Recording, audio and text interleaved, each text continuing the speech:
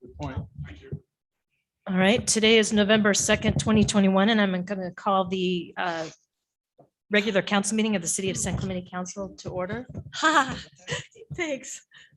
Councilmember Duncan. I saw him, right? I'm seeing things now? Yeah. Okay, all right. Councilmember Ferguson, Here. Councilmember Noblock, Here. Mayor Pro Tem James. Here. And Mayor Ward. Here. Okay, and Councilmember Duncan is absent. All right. Do we have any comments Yes. related to closed session? Yes, we do. Okay. First one is from Martina, no last name.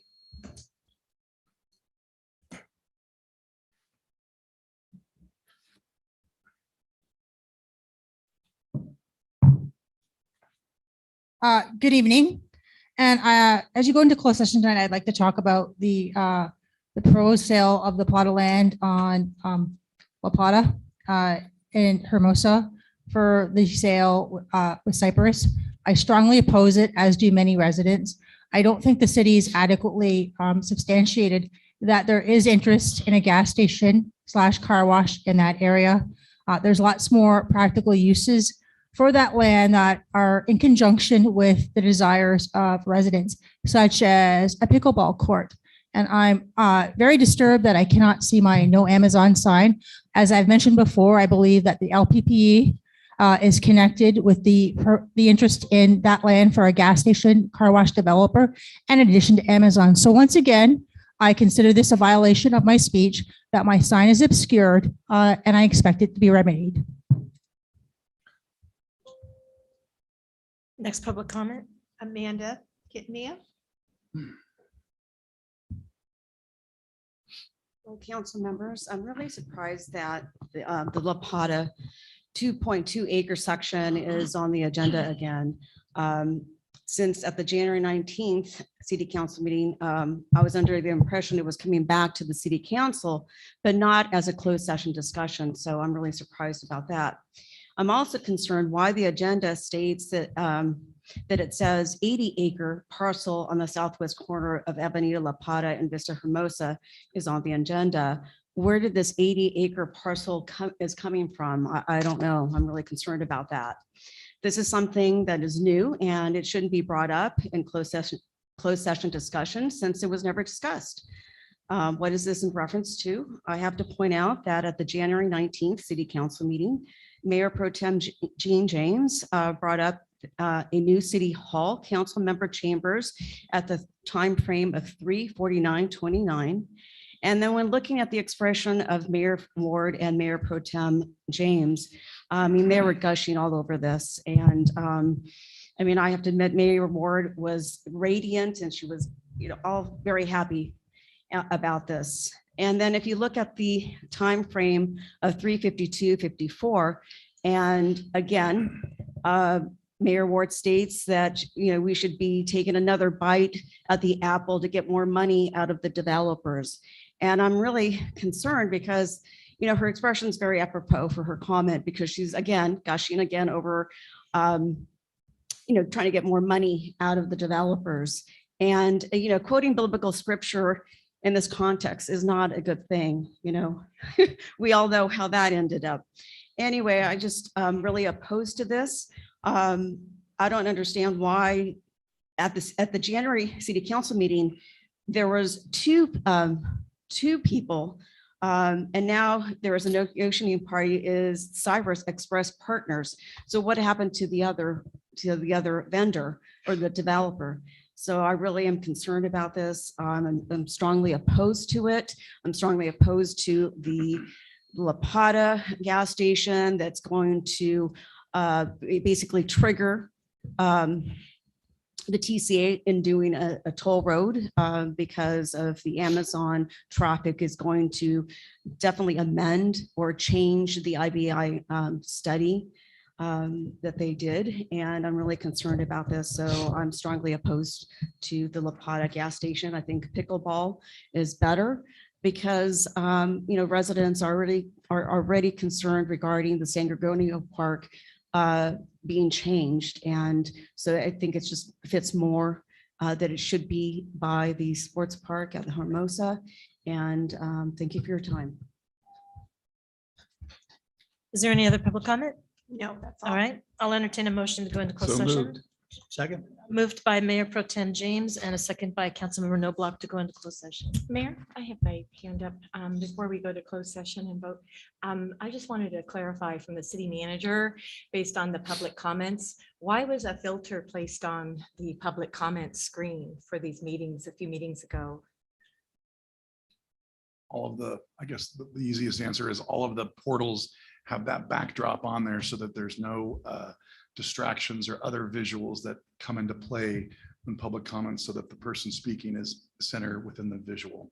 And why did you make that decision without council? Because we like to see the public here, and I'm sure the public tuning in If likes to see the Council public would here as like well. to Please, direct staff, if- that would be completely within council's purview to Yeah, do so. we need to do that. So the public is seen, they were here, and it seemed like the public said it was quite coincidental that it went away after the signs were shown about the Amazon project. I have a question on that. Yeah, I'm pretty sure. I believe that backdrop has been here ever since we started meeting here. Is that And correct? it's been there for quite some time, correct? And all of our cameras are Incorrect. tied to these laptops for now, Mm-mm. and including our microphone system. No, They're that's all a- tied together. That's a false narrative. That's incorrect. So we can't have any more comments from the, so thank you, Mayor, Councilmember Laura. Ferguson. Laura. If you want to bring that up later, that's something that we can talk about. All right, so we have a motion and a second to go into closed session. Councilmember Ferguson, Aye. Councilmember Noblock, Aye. Mayor Pro Tem James, All right. and Mayor Ward. Aye. Carries 4-0.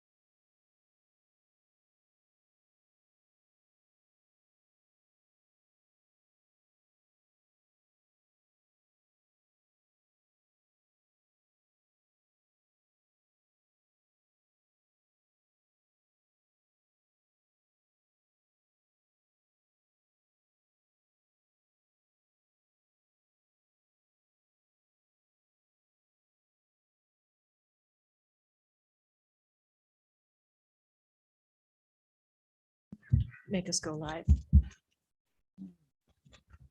All right, let's open the public session.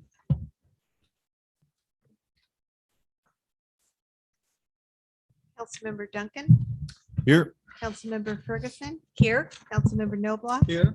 Mayor Pro Tem James, Here. and Mayor Ward. Here. The first item on the agenda is invocation by Jim Davis, chaplain with the Orange County Sheriff Coroner. Please stand for the invocation and remain standing, and Councilmember Duncan will do the Pledge of Allegiance. Shall we pray? Our gracious Heavenly Father, we thank you for a beautiful day here in San Clemente. We pray your blessing upon this meeting and the councilmen and women. We pray your blessing on our community, our schools, our teachers, our students, our fire department, our law enforcement. Protect them all, Lord, we pray. And we thank you for the love that you have towards us and your grace and mercy. In your precious name we pray. Amen. Amen. Please stay standing, place your hand over your heart. And repeat after me. I pledge allegiance to the flag of the United States of America and to the republic for which it stands, one nation, under God, indivisible, with liberty and justice for all.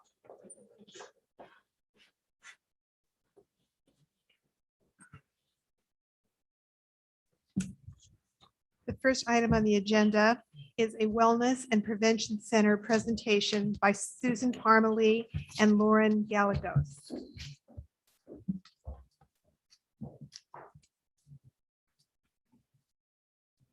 Joanne, do we have slides? Oh, come on. Okay, great. Am I in the mic? Okay, there we go. Good evening, council members, council staff, and community members. It's an honor to be able to present tonight and actually be somewhere in person presenting. We want to thank you for your continued support, and for some of the newer members of the city council and city staff, we just want to kind of let you know what we do and how we serve the community, and give you some updates about what's coming in our next fiscal year, which just started. Excellent. So we were founded in 2014 as kind of an outgrowth from the San Clemente Collaborative, which was a group of service providers that worked to bring more services down to San Clemente that could serve those that really were in need. And for our goals were to really help the youth. We were getting a lot of feedback from the community that families were concerned about the mental health and the substance use among our young people in high school. So we started in 2014 with one part-time mental health clinician. And the response was that it needed to be easier for parents to access a mental health care worker. And there's barriers with insurance, there's barriers with the number of mental health professionals we have in the area. And we wanted to make it easy for a young person or an adult to walk in and see us and let us know what's going on and see how we could best support them. So our first campus that we sat on, next slide, please, was San Clemente High School. We're now in 7 middle and high schools in Capistrano Unified School District. We work mostly with 12 to 25-year-olds. We don't serve elementary school kids. And we also have a special grant in partnership with Mission Hospital now to serve Spanish-speaking adults who have actually expressed a need to get more access to mental health care. We provide prevention education to the community, and we also support a drug-free Centers for Disease Control Drug-Free Communities grant, which has a collaborative of professionals and parents and youth that work on prevention strategies for the community that include both substance use prevention and mental health support. Next slide, please. We primarily serve mild to moderate mental health. We've been getting a lot of referrals for higher need services, people who cannot access services right now. Unfortunately, the ERs are full of kids in crisis for mental health, and the right level of services aren't there. We'll often hold hands with families until they can get to the appropriate level of care. We also have a clinical internship program. So at any given time, we have 6 to 10 associate clinicians and graduate students who we're training to then go out and support the community. We've had 25 professionals trained through us at this point. And we also just received another 4-year federal grant, $125,000 a year for mental health awareness training. And we will be implementing mental health first aid, the youth module, and then eventually the teen module. So it's presented as basically CPR for mental health. So you'll be hearing a lot more about how you can attend those trainings if you're interested, and about how other community members can attend those trainings. We've been doing peer support training at several schools. And we are about to also start the ALCO, which is through the Mental Health Services Act at the state level. We are working with UC Irvine, and you'll hear a little more about that. Next slide, please. So like we said, we started in San Clemente High School. We've witnessed tremendous growth. Our 6th employee started today, allowing us to serve more youth and families. And we project our annual budget for fiscal year 22 will approach $650,000. So I want to kind of turn this over to Lauren now to tell you a little more about our programs. Thank you. Next slide, please. I'm Lauren Gallegos. I grew up here in San Clemente, went to schools here, and I had the opportunity to work at the Wellness and Prevention Center 4 years ago, actually. Just had my 4-year work anniversary. I came back because I wanted to give back to the community that I grew up in, and it was really important to me because I've actually lost a lot of friends to drugs and suicide. So I have been grateful to have the opportunity to work at the Wellness and Prevention Center. Part of what I really focus on is the prevention education. You might have seen our monthly articles that we publish in the San Clemente Times, which is one of the ways that we are able to reach the community at large. We have a great partnership with Picket Fence Media, which allows us to do that. And we really focus on parenting topics and topics that pertain to mental health and substance use for youth. And we've actually seen a decline in the use and perception of harm, or sorry, the 30-day use of alcohol, marijuana, and prescription medications since we started our Drug-Free Communities grant 4 years ago. So that's really exciting for us to see that some of the work we're doing is reflecting in our community. Next slide, please. Another way that we reach the community is through public service announcements. This one was in partnership with the Orange County Healthcare Agency. It's called The Talk. We publish this through social media, through online print articles in the newspaper, and also through our e-news. And this really was just a way for parents to get the message that they should really talk to their children and their teens about mental health.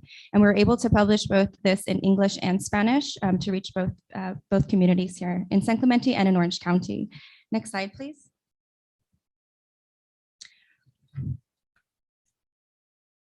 Next slide, please. Thank you. As Susan mentioned, we just received a 5-year contract through SAMHSA, a federal contract to do mental health awareness trainings. We're very excited to receive this contract because it's really important that everyone has the ability to speak to youth about mental health and have the tools to direct them in the right direction if they have needs. So we'll be just starting this after the new year. We'll be doing trainings here in San Clemente and throughout Orange County with youth connected adults. And then in the 4th and 5th year of the contract, we'll do the teen mental health first aid, where we actually train an entire grade level in high school to be teen mental health first aiders. Next slide, please. Another exciting contract that we have just signed with, as Susan mentioned, was the ALCO contract in partnership with UCI. This is a statewide contract, and we are one of 5 contracts awarded in the state. So it's very exciting for us to be able to be a part of this project. The ALCO project, is developed by Stanford University, Department of Child and Adolescent Psychology, and it's modeled on a successful youth drop-in centers in Australia called Headspace. The goal is supporting the well-being of youth ages 12 to 25. Some of the goals of the ALCOVE program are to reduce suicide and suicide ideation, reduce homelessness, reduce unemployment with linkage to vocational training programs, reduce school failure through linkage to educational support services, provide peer support services, provide early intervention for mental health challenges, and provide young people a safe place with services that support healthy development into adulthood. What's really unique about the ALCOVE model is that it's for youth, designed by youth. So we will have a youth advisory group who will direct all the decisions from the color of the paint to the types of services that are there. So we're really very excited to be embarking on this new project and to have an ALCOVE center here in South Orange County. Next slide, please. Lastly, I would like to mention we are finally able to have an event in person. We've been working a long time. A few years ago, we did a health and wellness fair that was very well received by the San Clemente community. Unfortunately, we had to postpone that the second year due to COVID, but we have decided to kind of transform this health and wellness fair model into more of a family festival. So we'll have resources for community, but we'll also have games. There'll be a Pinewood Derby, a pancake breakfast, and it'll just be an opportunity for families to be in a healthy environment and just be out together again. So we do hope that we will be able to do this at the Jim Johnson Memorial Park here in San Clemente on April 23rd. And we will be asking for a fee waiver from the city council, which will be coming probably in a month or so. So just to let you know about that event, we just wanted to give you a little heads up about that. And that's really it for us this evening. Next slide, please. If you have any questions, we're happy to answer them. Any questions? I just have a comment that I just really value the work you do and involving the teenagers, right, to help their fellow teenagers is so impactful, better than, any of us adults can do to talk to children when they're in trouble. So great job and thank you. And I put the note on the calendar. I'd love to come to your event. If you need volunteers, let us know. Maybe we can help put the word out. Thank you. Excellent. Thanks, Laura. One question there, Ward. Yes. Well, I'm a huge fan of the Wellness and Prevention Center, especially the focus on youth resilience with all of the things that they encounter. The mental health challenges are there, and it's hard to speak about a lot, but you do that, and you welcome our youth in there. So thank you both very much for that. Question is, have you seen a change in the mental health needs of our youth as a result of the being out of school for the last 2 years, and how are you addressing those? Yeah, it's we've had an increase in deaths of despair among all age groups, including teens, and both overdoses and death by suicide. It's been shocking because we've been working to get those numbers down. We're seeing a huge increase in anxiety and school refusal, kind of trying to get adjusted back in. Most of the kids really lost a full year of social emotional development, even the ones who were going to some school. And so it's a catch-up game now. And then they're losing weeks here and there if they have to stay home for exposures or for if they're infected. So it's a real challenge right now for the families and the youth. So we're doing a lot of work together with families to develop plans to get the kids back in school and fully engaged. And the schools are doing a great job too. So, but it's definitely, it's projected for at least 5 to 7 years, we're going to see the effects on these kids of what's happening. And particularly the ones that were in the middle of a transition, say elementary to middle to high, and the kids who are leaving, going to college and then leaving college. There's a lot of kids that are very stuck right now. We are keeping our telehealth going, which has really helped grow access. And we're going to add 2 more graduate interns in January to meet our caseload, because we're definitely impacted, and we, for the first time, had to start a wait list. So we're definitely concerned, and all mental health providers are pretty much impacted right now. Thank you. Thank you for your efforts. Can I ask, are you willing to give a presentation to our Human Affairs Committee? We've done one within the past 6 months, but I think you have some new people in there. So of course we're always willing to do that. Okay, so I would ask staff to, have the staff member try to reach out to Susan to do that, because we do have all new members. Okay. Yeah. So we would Yeah. We'll appreciate schedule that. Thank you. Thank you. Yeah. Thank you for the presentation. Thank you Sure. for what you do. Thank you.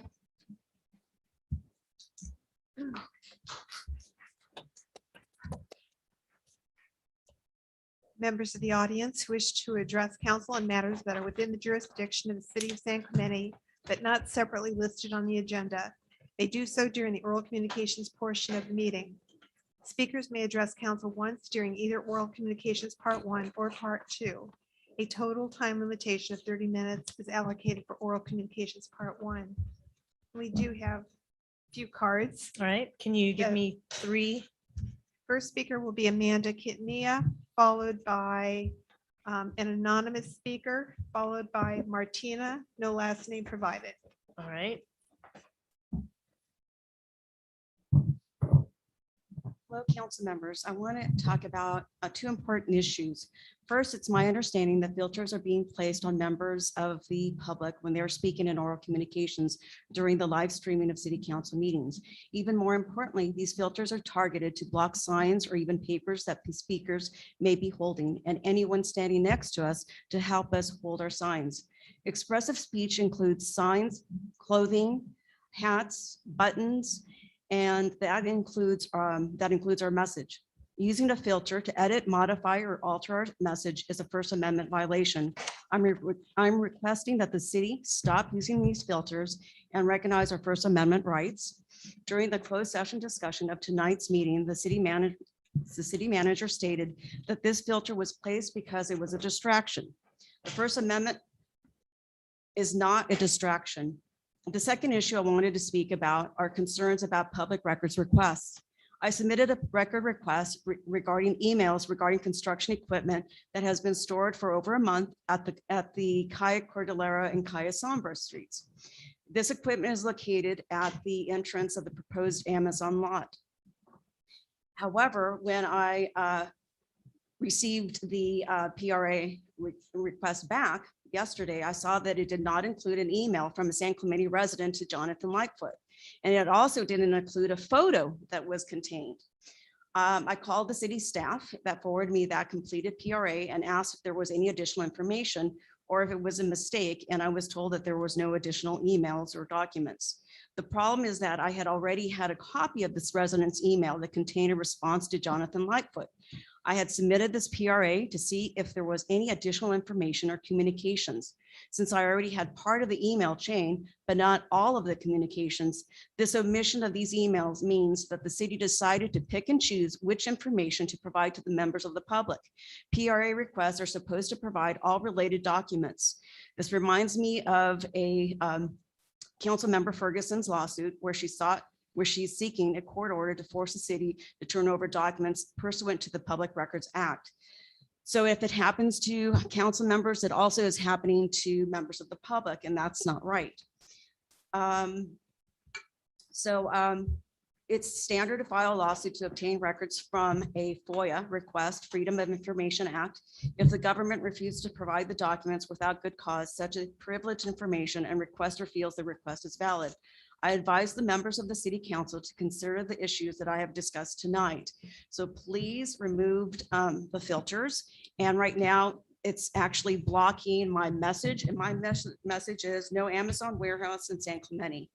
And so this hasn't been ongoing. It's been new, and I want them to be removed. Thank you. Thank you. Anonymous.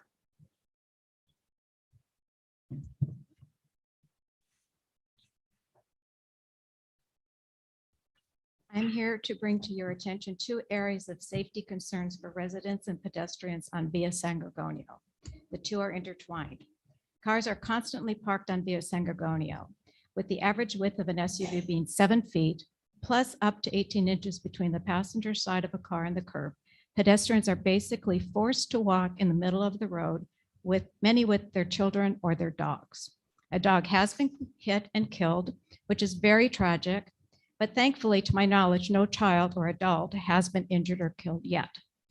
Many residential streets in San Clemente were developed without sidewalks.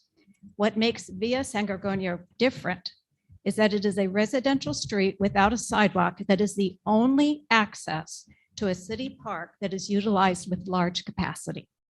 According to the public records, the city received what is now San Gorgonio Park in the late 1970s. At that time, the records show that BPNR and the city council were very concerned about traffic impact on Via San Gorgonio, a residential street. According to the public records, in the late 1990s, the city was considering installing a skate park in San Gorgonio Park. Before doing so, they required a traffic safety study to be conducted to determine what impact it would have for Via San Gorgonio. As you know, it was determined that San Gorgonio Park was not a viable option. Skip forward to the late 2010s. The city has added features to San Gorgonio Park that has brought substantially more traffic to Via San Gorgonio. How much more? There's no way to know that. because according to public records, the last traffic impact study was done over 23 years ago. More activities at San Gregorio Park bring more traffic and more overflow parking on Via San Gregorio. This causes more pedestrians walking in the middle of a street as there is no sidewalk. Some residents have to back into their garages and driveways because it is not safe for them to back onto Via San Gregorio. San Gregorio Park is a great asset to our city, but it is located on a residential street which has no infrastructure allowing its full potential. Each of you have received videos and photographs of pedestrians forced to walk in the street to enter or exit San Gregorio Park. Each of you have received videos and photos of unsafe traffic conditions at the exit and entrance of San Gregorio Park. I ask you to agendize addressing the pedestrian safety on Via San Gregorio and address the unsafe traffic on Via San Gregorio. That only takes 2 council members to put this on your agenda. I would hope each of you feel that the safe conditions for pedestrians and residents warrant your time and consideration.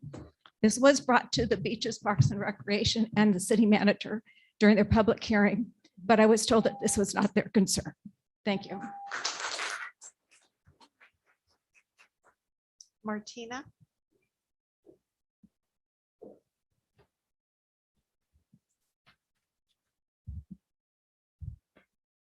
Good evening, council. At the end of the last meeting during council comments, Mayor Ward spoke on her errors in judgment and parliamentary governance over the meeting. She went on to speak about ethics and that the public also shared in this responsibility. Madam Mayor, stop the lecture. If you think I didn't stop when I was supposed to, let's just go with that, because I know what this is about. And while I would agree that courtesy and respect, even with those that you disagree with, is a notable virtue to have, it needs to be emphasized that our city council leaders are the creators and stewards of public policy. And with that comes a greater expectation. It's interesting to me that in the prior council meeting, during the item in regards to the removal of Mayor Pro Tem James's title, Mayor Ward expressed disappointment in the local media for running the story, claiming it was distracting from city issues. She also went on her Facebook page to claim that this was done to embarrass a council member in what was a personal issue. The hypocrisy is outstanding. It needs to be noted that Mayor Ward was revealed to be the inside city hall source to a hate piece that appeared in the OC Weekly about then council candidate Dan Bain and private resident Jim Beaver. It should also be noted that Jim Beaver previously named Mayor Ward in her role as a council member in an FIOA lawsuit and additionally named her in an FFPC complaint. The response from the city was to abolish the ethics policy. Notably, the city attorney claimed that it would cost $20,000 to overhaul. But how much does it cost not to have one? And if we move on to our Mayor Pro Tem, Mr. James, well, there's also concerns from harassing other candidates to harassing members of the public, threatening and menacing behavior. But most notably, during his campaign election in 2019, he signed a pledge not to accept public funds from safety unions. Yet he just did that. And then he said he'd give it back and he never did. And with that, I think there was an expectation from our sheriff's deputies that he would be their advocates, but that's not what happened. He proclaimed that the then chief of police and an innocent deputy entered into a criminal conspiracy to frame him for a traffic stop. This is outlandish, completely not fair, and certainly not reflective of someone that advocates for robust law enforcement. I ask you, council members, please govern yourselves accordingly.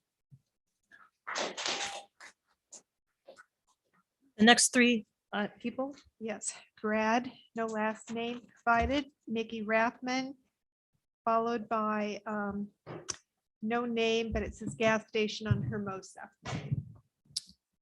Hello, council. I'm gonna try. I'm sorry, just 1 minute before, Sure. we'll start you over. The gas station, I believe that was a closed session item.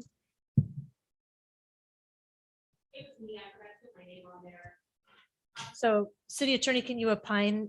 That was a closed session item. I don't want the person to wait if they're not going to be able to give a public comment on something that's not agendized. Yeah, I think that can be done without knowing exactly the direction that the comment will go. I think that's all right, Mayor. Thank you. Okay, go ahead. Start Thank you. over. Thank you, Mayor Ward. No problem. First thing, I think the mayor should look at speakers when they talk. She's ignored Martina entirely. I'd like to move on to the memorial care. This has been years now that it's been closed because council decided to rezone the property as emergency only. I think only one member of this council was on that council, and that was Kathy.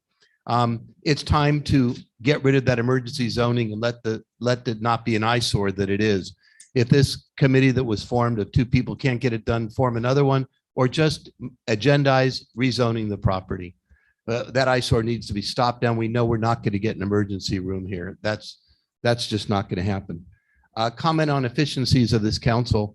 Council following the rules could actually speed these things up. And I would note one thing, that staff reports take way too long and aren't necessary in most cases because you have an agenda report and a requirement to talk to staff before the meeting if you have any questions. And these pre-oral communication, whatever you want to call them, speeches, presentations, should be limited to 5 minutes or less, unless the council decides ahead of time to grant more time, because they just go on incessantly. And then council asks obvious questions that mental health is worse now. I think we know that. I appreciate the question and the answer, but these are kind of obvious things that just take up a lot of our time. Okay, and your time. And I know Chris said the meeting is going too long, and I agree with him. So we need to do stuff to stop that. And finally, I think it's really important for the city, especially after finding out through an audit, which was called a non-audit, even though it was labeled as an audit, said that Best and Krieger are the most expensive law firm of the cities tested, or the second most, depending on how you look at it. We need to separate the function of city attorney from all the other legal functions. And that's because the city attorney has the duty of oversight. So I would ask this council to address that. We have no RFP for 5 years, even though Rod's Tree Service needs an RFP to get rid of one of our best vendors in town.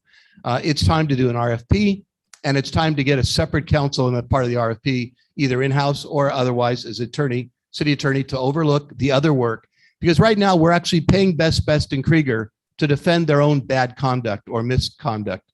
And in fact, if you look at their contract, somebody should look at it one day, there's an indemnity provision. How are you going to know about indemnity when the same law firm that did the problem to get the city to lose, which we always do, with almost exception, the city loses almost every lawsuit that's filed. And usually it's based on, or often based on, advice by the city attorney. That wouldn't cause the indemnity provision to come in. But how would we know? Because the person defending the case is the same lawyers that did the conduct. Chris, you're a lawyer. You should know what I'm saying is true and right. And I think this council has a duty to have a city attorney that zealously oversees the third-party attorneys also representing the city. Thank you very much. Ms. Rathman?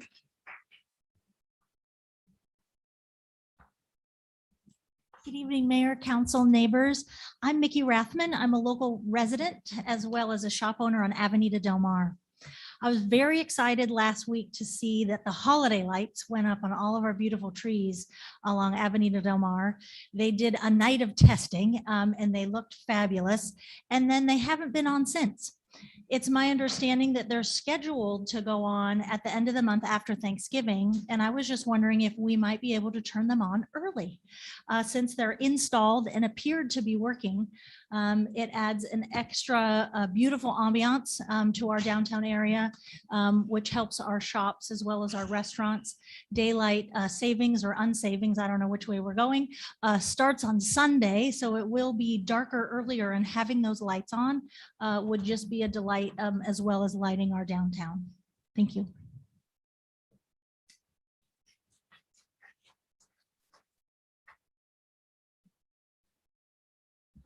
The only thing I was going to say about the gas station is when I went to that meeting where we all got to put the little nifty dots all over the boards, I asked, how are the firemen going to get in and out if people are flipping U-turns up and down the road to get into Starbucks, to get into the gas station? And everyone looked at me like they'd never even thought of that. So again, that fire station is for thousands of people. and minutes count. So people are driving up and down, flipping U-turns, trying to get in. How in the world are we going to get them out to where they're needed? And again, it ties in with Amazon because same thing, we're going to have so much traffic and so many vans going up and down there that that's going to block that whole road. I mean, how desperate are we for money? And where is all the money going? We're so desperate, we're willing to sell out our safety, we're willing to sell out the residents. I mean, if we're this desperate for money, what are we doing wrong? Thank you. Madam Clerk, the next three. That was the end. Oh, that was the end? Okay. Okay, so moving on. Could we have a motion to waive reading in full of all resolutions? So moved. Moved by Mayor Pro Tem James. Is there a second? Second. Second by Councilmember Duncan. Councilmember Duncan, Aye. Councilmember Ferguson, Aye. Councilmember Noblock, Aye. Mayor Pro Tem James. Aye. And Mayor Ward. Aye. Carries 5-0. Are there any items to be added to the agenda? I see none. Okay. Closed session report, city attorney. Thanks, Mayor and Council. There was no reportable action taken tonight, but there was council direction and action taken previously that came to culmination this week and is required to be announced. And that is that on May 18th of this year, the council voted to approve a settlement agreement in the case called Anthem Properties Shickley versus City of San Clemente. That case, this may be a little bit out of line. That case took a lot to resolve. There were some strident differences there. Opposing counsel Doug Everett's, my colleague Daniel Richards. There was a council committee of lawyers that participated in helping to resolve it. Thank you to. And a lot of help from city staff, both from the building department and from planning. And so with all that work, I think we reached a very nice resolution of the issues. The homeowner is very happy with the outcome in the case. So thanks for that chance to make that announcement. Thank you. Thank you to everyone too. Please tell that to staff from the council too, that we appreciate all the work done on that. All items listed on the consent calendar are considered to be routine and will be enacted by one motion without discussion unless council, staff, or the public request removal of an item for separate discussion and action. The public has requested the removal of item 6A. 6A, council? E and F. Did you say E as in Edward or B as in? E as in Edward. Any other items? Is there a motion to move the balance? So moved. Moved by Mayor Pro Tem to move the balance of the consent calendar. Is there a second? Second. Second by Councilmember Noblock. Councilmember Duncan, Aye. Councilmember Ferguson, Aye. Councilmember Noblock, Aye. Mayor Pro Tem James, Aye. and Mayor Ward. Aye. Carries 5-0. 6A, we have several speakers. The first is Amanda Kitania, followed by Brad Melamed, followed by Martina, no last name.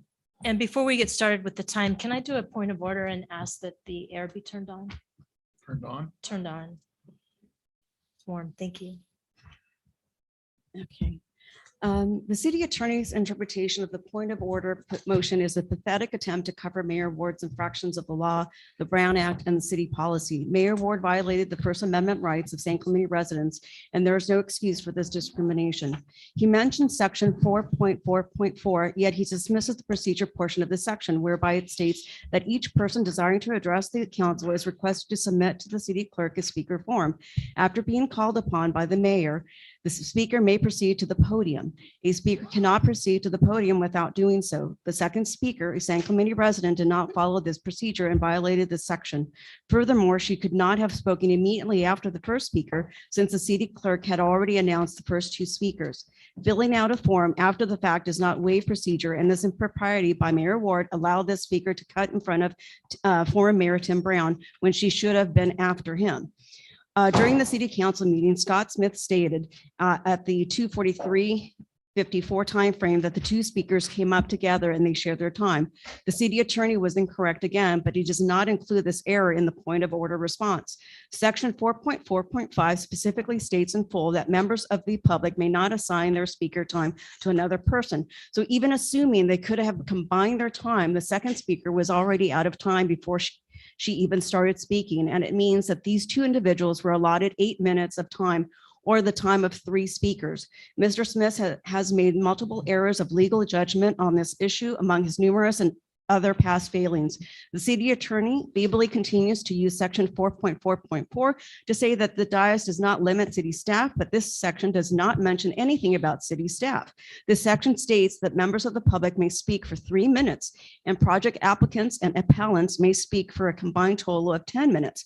These individuals were not applicants nor appellants, and despite them being members of a commission, they must be treated as such as members of the general public. Scott Smith fails to mention that commission members are not city staff in his memo. He omits that important fact, and it's quite significant. Mayor Ward clarified the allotted time for members on the commission with the city clerk at the time frame of 2:31:10, and she confirmed that their allotted time is only 3 minutes. Additionally, Mayor Ward made a clear announcement that it was a public comment section 3 times for the agenda item at the time frames of 2:23:10, 2:23:16, and at the time frame of 2:24:39. And she directed the city clerk, Ms. Bade, to start the public comments. So there is no excuse to believe that the speakers were entitled to additional time, nor that Mayor Ward got confused regarding that.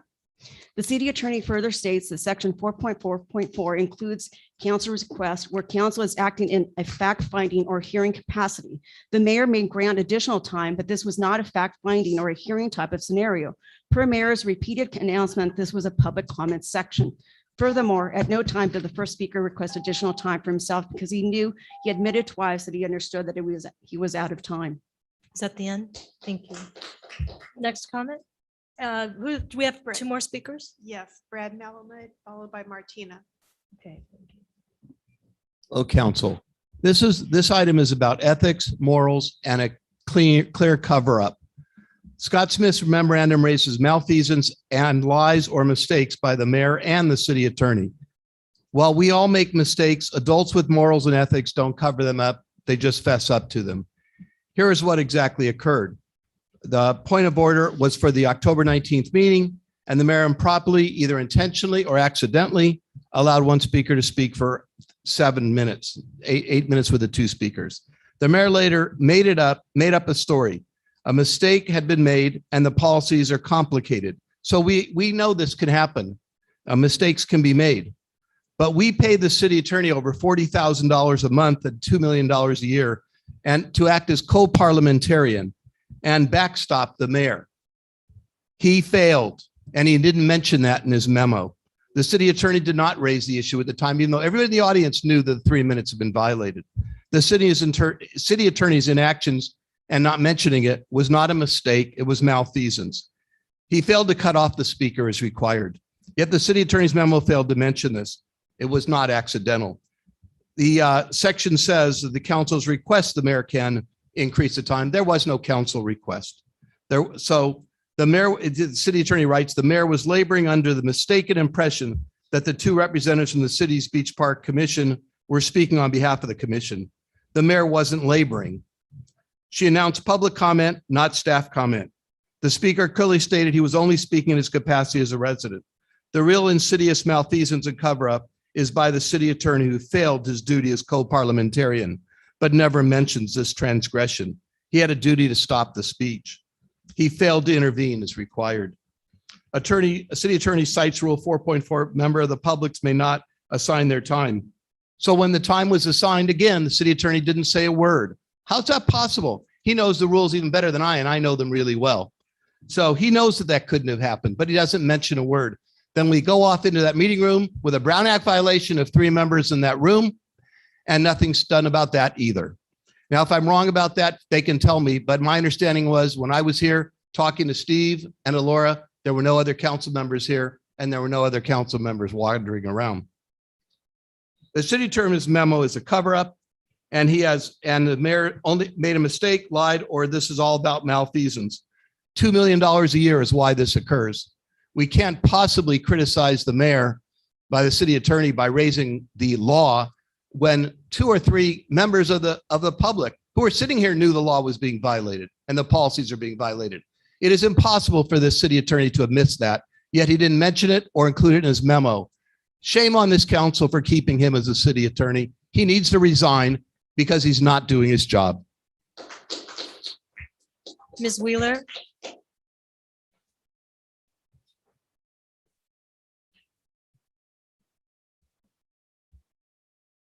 So this is just going to go over how that proceeded on the last meeting. Mayor Ward to Susie Ming and Jonathan Gilbert. So we're going to have some public comment. I would like you to stay on and listen to that. At 2:24:39, Mayor Ward, Madam Clerk, can we listen to the public comment? That's 2 times it was referred to as public comment. 2:28, the speaker's buzzer goes off. And at some point, Brad Melman submits a public point of order card. Scott Smith, Mayor, sorry to interject. We are at the time limit for this one, Mayor Ward. Ben, can I stop you just for a second? Looks at Scott. Yeah, I was going to try and do that. To Joanne, are they limited to 3 minutes, even if they're on our commission, correct? Joanne, correct. Mayor Ward to Ben. We have to wrap that up. We really do. Does Doreen have a comment or is that her comment too? You have to fill out a comment card though, to Joanne. Take it out of his time, so give her like a minute. So in addition to Mayor Ward twice introducing the speakers as public comment, at some point 6 to 7 minutes into the comment, she somehow has a revelation and was going to at the same time as Scott Smith the question if committee members are also subject to the 3-minute time frame. It needs to be noted that her question wasn't if the speakers were speaking in their capacity as committee members or not. Her question was if committee members were speaking under public comments were subjected to the same rules as everyone else. In my opinion, this is a procedural issue that the mayor should already know the answer to. And if the mayor doesn't know the answer, I would expect the city council members to know the answer and certainly the city attorney. Thank you. Is there any other comments? That's all. Okay, so Laura, do you have a comment? Thanks, Kathleen. I do. City Attorney, at the meeting, is there a reason that you didn't recognize the fact that the speakers were sharing time, right? And you had said it would be okay to assign time when 1201-11 4.4.5 says we can't assign time, right, and share time. Is there a reason why you allowed that to happen as a co-parliamentarian, as was stated tonight? Well, that's explained in the memo. Well, I read the memo, but it's Yeah, no, not- you can't assign this- time here, and I was wrong about that. And the Okay. memo makes that clear, council member. The person speaking, however, I won't belabor it. I think the idea here was to do this in writing so that we don't get bogged down on procedural questions. Yeah, But well, I'm just. to answer your question, Okay, that's but I'm all it just is. clarifying because it doesn't say you were wrong about this in here. Well, At least it says unless I section missed it. 4.4 does provide that members of the public may not assign their time to another person. Right, but you So let the that point of happen. order is correct in that I respect. know, but you let that happen. You said just No, now I you were did, wrong and about that, but I I don't. did, and I acknowledge that in the response. Yeah. In the memo, Section 3. section 3. So I the agree. point it of does order is say that correct in That's that correct. respect. Where does it say that you were wrong about Says that? I'm it was just correct. because the public's saying you weren't accurate in terms of your recollection of that night. I know. Provide that members, where does it say, what sentence that you were wrong about that? The first sentence says that the point of order is correct, which I think implicitly suggests I was wrong at the meeting. Well, I guess the point is it wasn't spelled out. Next time so- I'll say I was wrong. Thank If that We'll helps. just- yeah. wrong So about that. Thank you. can we have a motion to approve 6A? So moved. Moved by the Mayor Pro Tem, Now, this is for 1A and 1B. 1A and B. Is there a second? Second. Second by Councilmember Duncan. Councilmember Duncan, Aye. Councilmember Ferguson, No. Councilmember Noblock, Aye. Mayor Pro Tem James, Aye. and Mayor Ward. Aye. Carries 4-1.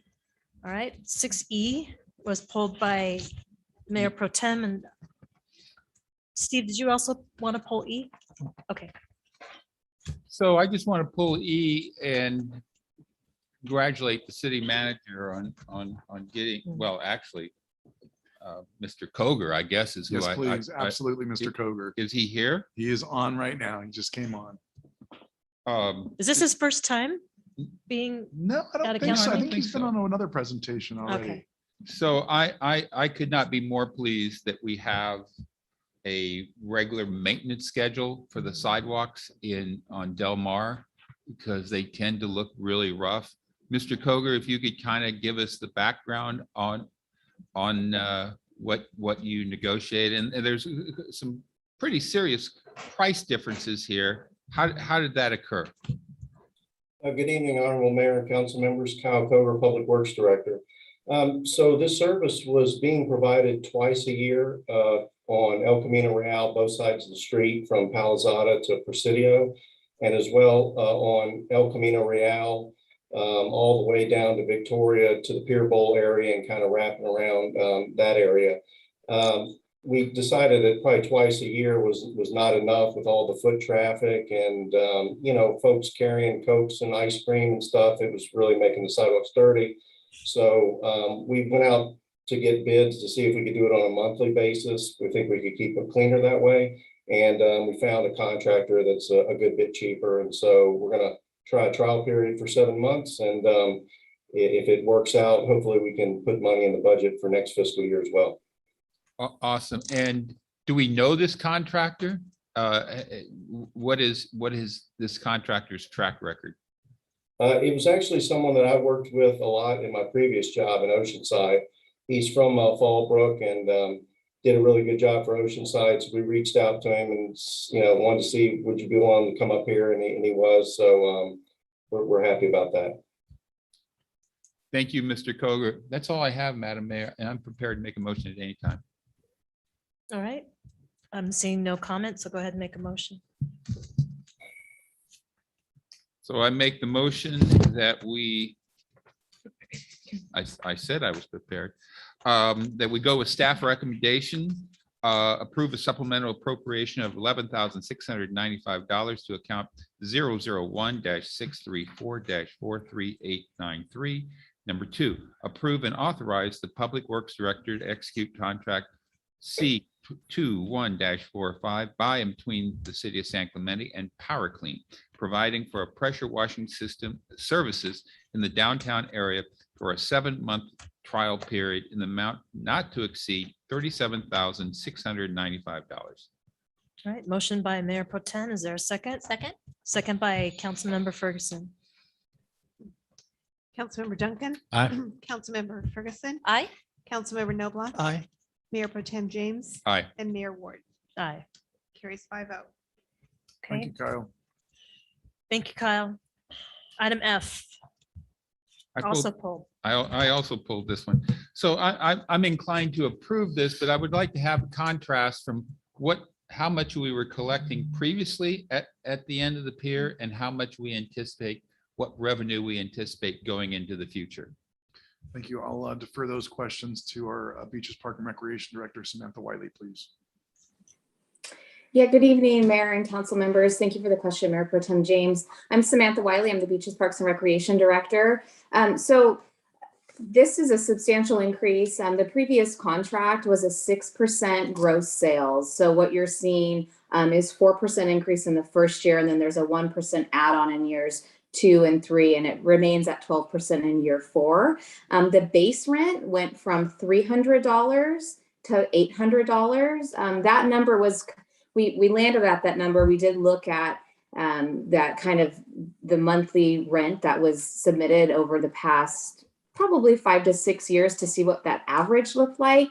And, on a peak month, really good year, we would see about $1,200 per month come in. And obviously those slower seasons, it was around $500. So I did work with Ms. Gensler on this, and she's comfortable with that $800 as a base rent and feels very confident that she can get above that, certainly in the prime season. She's definitely studied the Snack Shack significantly since she's been operating it, kind of coinciding with the previous operator. understanding the days of the week, off season. It's very slow on the pier Monday through Wednesday, she felt. Really her big time off season is that Thursday through Sunday weekend. And of course, you know, as my goal, and she's on board with this, is to have better communication with her. As she's the operator and we're the city, we want to make sure it's a relationship that's working on both ends, and she's very amenable to that. So we feel confident that this is going to get us to a much better level. Keep in mind, it's just a smaller operation in general, so it's not going to produce what we see from T Street necessarily. So off season, what are the days of what days of operation will she have? She will be Thursday through Sunday off season. So that will start after Labor Day. I know she's absolutely willing to step in if we have special events that come up, or there's, you know, we hear of maybe some bigger activity that's happening on the beach that there's going to draw a bigger crowd to the pier. She's expressed an interest and willingness to step in wherever we ask her to do so. And I think T Street is Jonathan's bailiwick, but if we can replicate how we've improved operations at T Street at the end of the pier, that would be a very good thing. Yes, that's the goal. And Ms. Gensler actually already has a lot of the point of sale system and that technology in place. So the report outs will be much more efficient. They will certainly hit the numbers that we want to see, I think, and there'll be a better checks and balance system, if you will, as well. Ms. Wiley, thank you very much. And there, that's all I have. I'm prepared to make a motion whenever. Any other comment from council? Go ahead.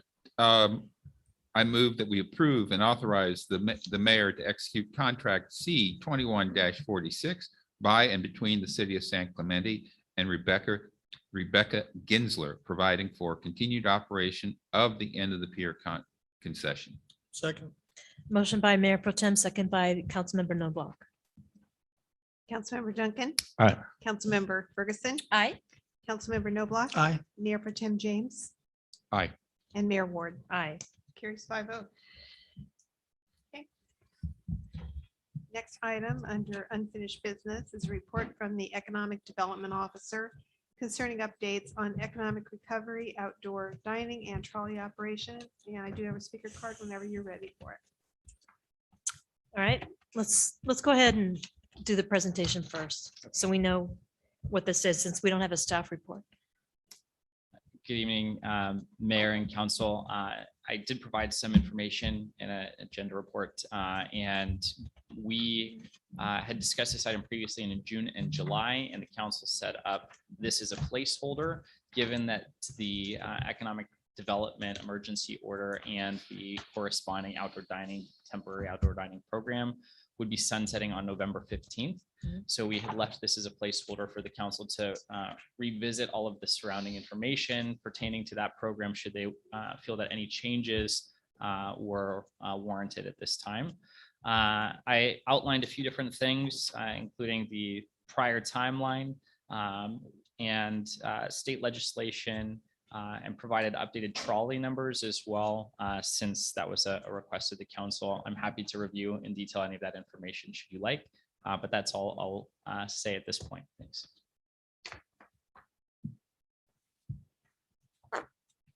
I don't have an 8A, at least I can't There find was a it, but request, wasn't there a request from the DBA to extend the time frame on the outdoor dining? And is that?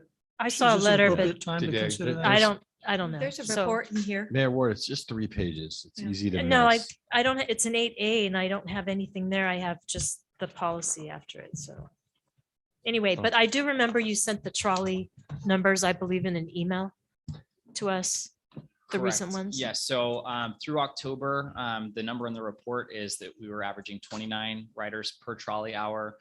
This last weekend included, so for the totality of October, we're averaging 27 riders per trolley hour. The OCTA standard is 10, so we're well above that. And can you just remind us, since I don't have it, about how would the state legislation impact anything that we decide tonight? Sure. So it wouldn't directly impact anything you say tonight. It's more of correlating information. There were 3 bills that were passed very briefly. Those were SB 314 The primary piece of that is that it allows the ABC to continue their service or the temporary allowance of extended alcohol service outside of restaurants in areas like sidewalks. AB 61, which provides temporary relief from parking standards tied to outdoor dining increases. And then SB 389, which pertains to to-go alcohol allowances. Of note, 314 and 61 are on 2-year timelines. So staff has already followed council's direction to look at a permanent program. Most likely we'll be piggybacking off of that state legislation to have a program that targets that same time frame, which is 2023 through 2024. So that's something we'll continue to work forward through the planning commission process. I have a Okay. question. Let me just Go ahead. ask, when did we say that we wanted to work towards a permanent on 314 and 261? So that wasn't pertaining to 314 and 261. That was a general comment from council. This goes back actually to 2020 and the initial extension of the program where there was certain modifications made at that time and a request to pursue some form of permanent program long-term. So that was a prior direction given. All right, I just wanted to make sure that it wasn't on those two bills because I believe that the one that enabled the alcohol to still be takeout, we had already canceled that program, so it doesn't really apply unless we want to start that back up. Is that correct? So the state legislation actually would apply for this limited period, for this period of time. And it is specific to orders of food to go. So you have to order a meal and then alcohol can be included with that meal. Okay, so that bill isn't guidelines for a city and a city can override that? My understanding is that it's, again, a limited period of time and that no, in that specific one that we wouldn't override that. To be clear, we did have a temporary allowance for alcohol in public parks. That is not covered by the bill. It's simply a to-go orders, and they would have to verify their ID, et cetera, before purchasing in that way, but for delivery to their residents. So this is not a to-go and to walk around the sidewalks or in the parks legislation, to be clear on that. Okay, it seems like that's going to be a lot of enforcement. I have a quick question. Cheetos, would that be a meal? No. My question, my true question is so for 2 years, AB 314 provides us 2 years of outdoor alcohol sales. Is that correct? That's correct. That's all I need to know. Thank you. Any other questions? I have a procedural question. Again, there was a request. It wasn't part of this agenda item to continue the outdoor dining through Thanksgiving. I don't know if that's appropriate to even bring that up under this item or does that need to be agendized if that's going to be considered? I think that's why this is agendized for an update. So we can definitely discuss that. We should take the public comment probably first, but that would be appropriate for now, right? You're looking for direction. Correct. I did not provide any specific recommendations, but yes, that would be appropriate. I have one question. There was some, I guess, discrepancy in terms of when the repaving of Del Mar would occur. I know that it was being pushed out originally, it's supposed to be January, I think, of 2022. Then it was April. And then I think in the staff report, it talks about January 2023. Do we have more clarification on that? I think that may affect how we decide this. Is there the potential this could be done before next summer, say when there might be a return of potentially of outdoor dining? Sure. So I did have a conversation with our public works director, and he may still be on if there's further questions on this. His response on that topic is the best procedure forward or best path forward for public works would be to schedule that for January of 2023. Reason being that it's currently under the same project manager for the city council's chambers. So he's managing both of those projects as well as others. So to have focused attention to detail and a higher quality project, he was recommending that be deferred to January of 2023.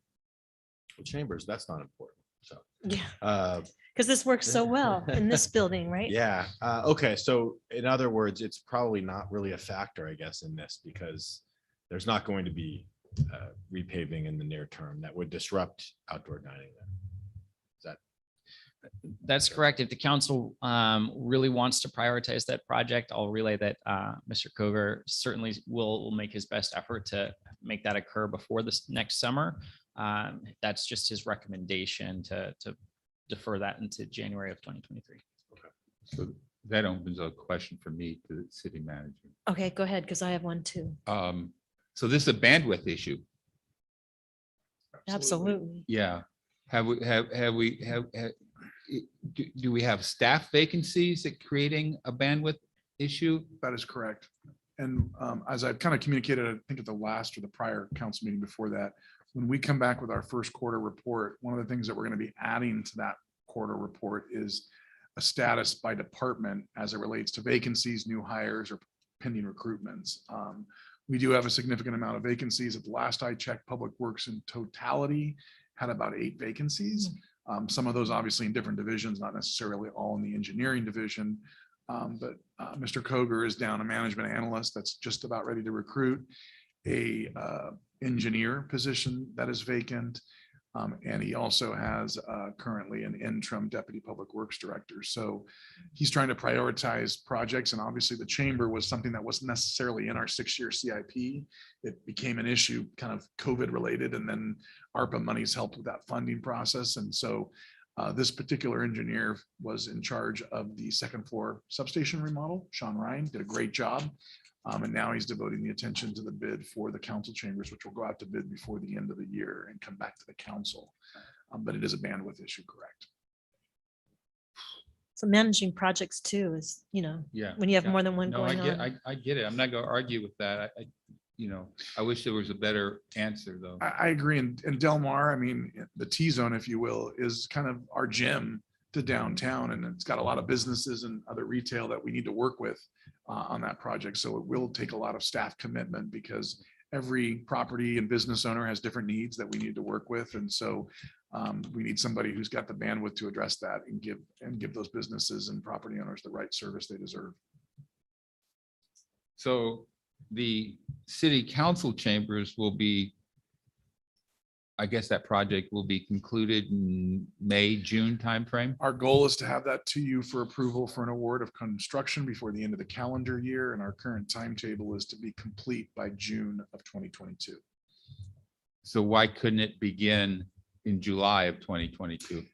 I don't know, and we can definitely ask Kyle on those limitations Yeah, and so okay. forth. That's all I have. Okay. We would Thank you. never tear up Del Mar in July. Yeah, Well, that's true. we would wait till after the summer at a minimum, I think. That's true. But then Right. you go into the weather months that. Right, so provides there's timing rain and on other that. So no, issues. that makes sense to me. Okay. Thank you. So I have a question, the electrical project that we were going to do along Del Mar, is that coordinated with this? That's street with the project? project, correct? Okay, so there'll be a lot of coordination with all the 'Cause, shops. And Yeah, you remember everyone. the discussion with our former public works director, the tree wells with the electrical going down the sidewalk and so forth. And so that will be part of this project as well. And again, another major component to work with the property owners and the business owners. Okay, so, yeah, I just wanted to make sure because we've kind of forgotten about that project, but that would be coordinated with it. Correct. Okay.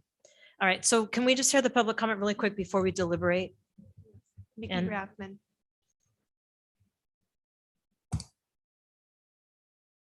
Hi, Mickey Rathman, local business owner on Avenida Del Mar. The non-food and beverage, so our retail and service businesses are very enthusiastic about the potential end of the outdoor dining on November 15th. So I just want to, I guess, put that out there. I do understand that there are, perks for the restaurants, and that if perhaps the, street work doesn't happen in January of 2022 and it does get moved to 2023, well, then why not keep the decks? But there's definitely more businesses than the restaurants to consider when you're thinking about extending this program. If you are considering extending it to Thanksgiving or the end of November, it sure would be a blessing if those outdoor dining decks could be gone before the Santa's Village by the Sea and Putting on the Glitz event, which is sort of the, super big kickoff and premier event for all of the shops downtown. Thank you. Mickey, just really quick, when is the date of that Glitz? December 5th. Thank It's a you. Saturday. Thank you. Okay, that's it for public comments.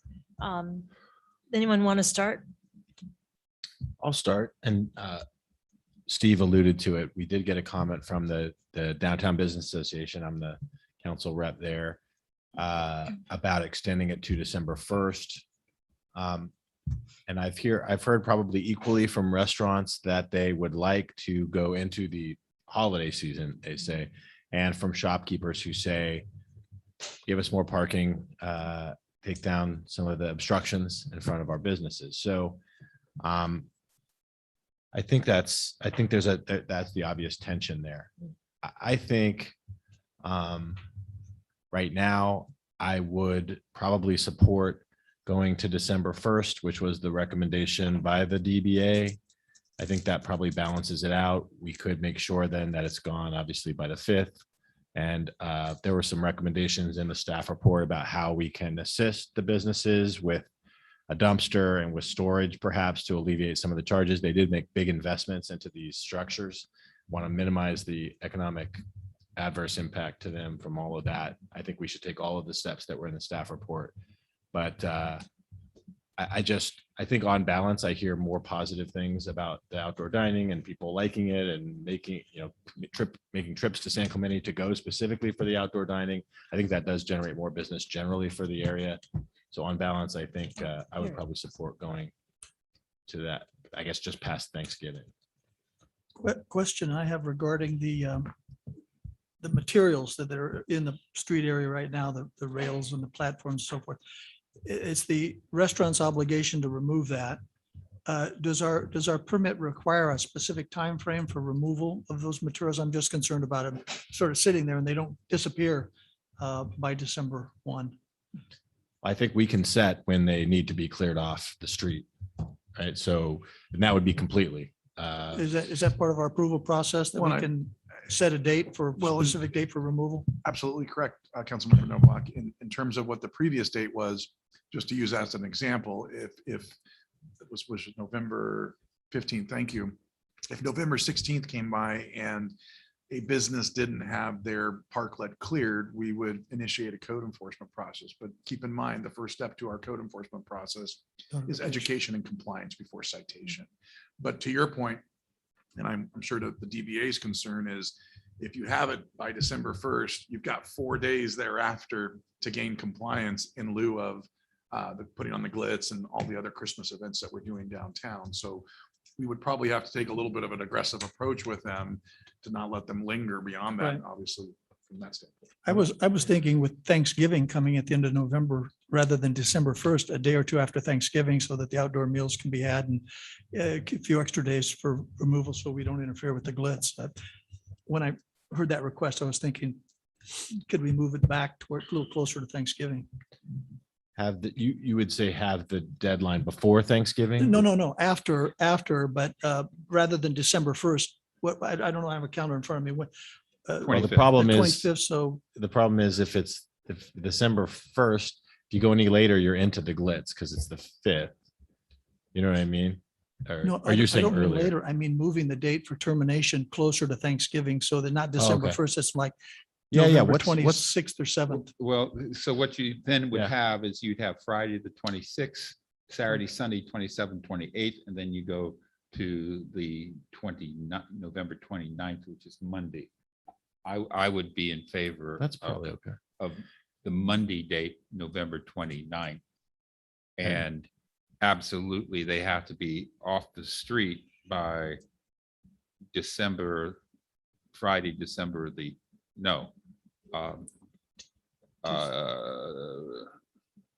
Thursday, December the 2nd. So let's discuss how that works. Okay. Logically, logistically. There was a time when we asked for those to be gone by the 4th of July I know. and nothing happened.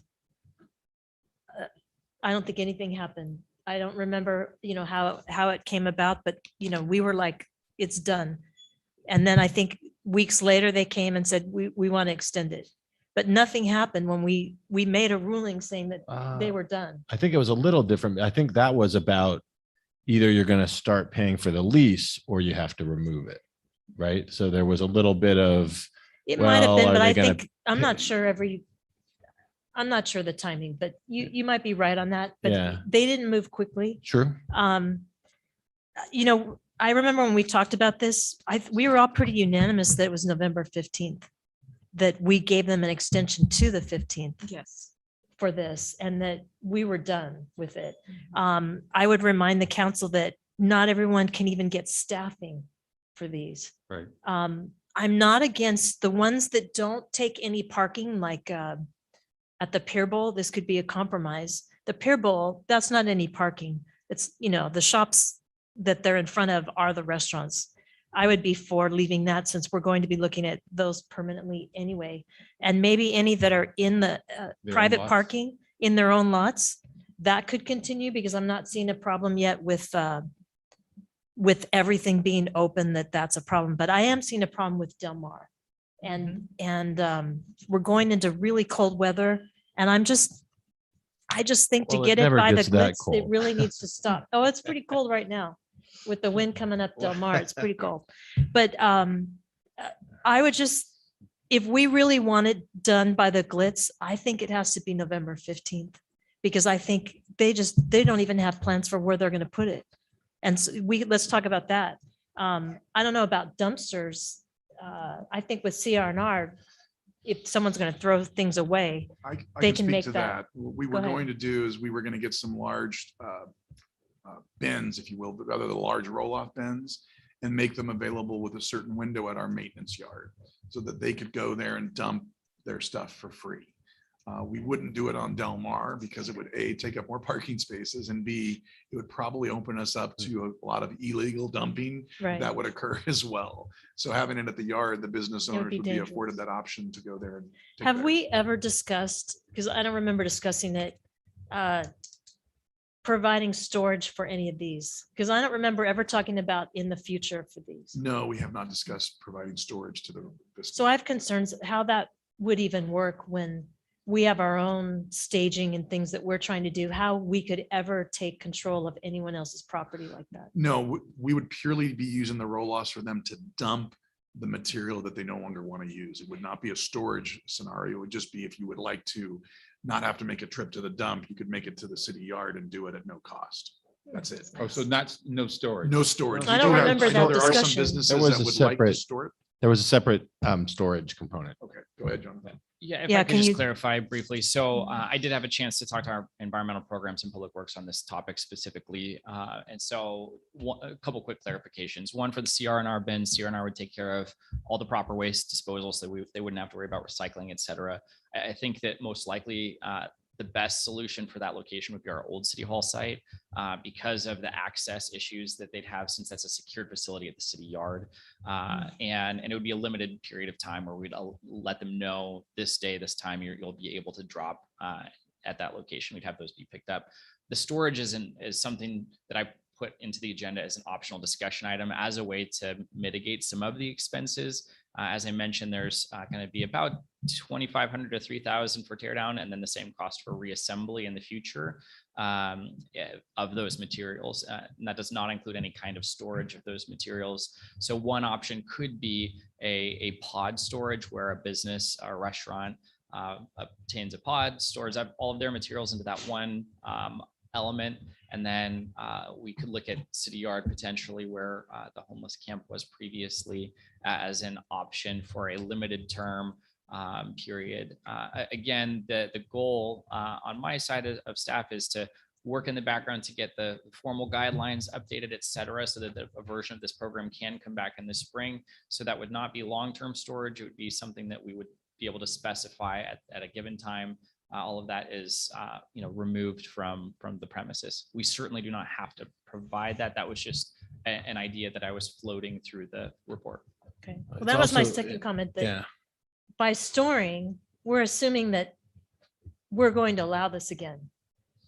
And we have never said that. We looked at whether we do a one-year program on Del Mar, if we could just do one way and we could not take away parking spaces. And that's how we looked at doing it, longer term. But I don't remember discussion that we're going to make outdoor dining permanent. You know, Yeah, I think was- we're 70 to 80% vaccinated in the state of California. I can't remember exactly what Orange County is, but you know, we did this for a reason. I don't know. I guess I'm hesitant to do anything for storage that's city doing that because we're like saying that we're going to do it again. And if we don't, boy, are we going to hear about it. Question. Yes. Question for the city manager. Eric, you mentioned the code enforcement notification. What's the time frame if this were extended to November 29th? What's the time frame to make sure we have a clean asphalt? So, I mean, in that scenario, Councilmember Noblock, basically December 30th, excuse me, November 30th, code would go out there and visit the locations that have not removed those parklets, provide them with a corrective action notice that they need to correct the action within a couple of business days from that visit.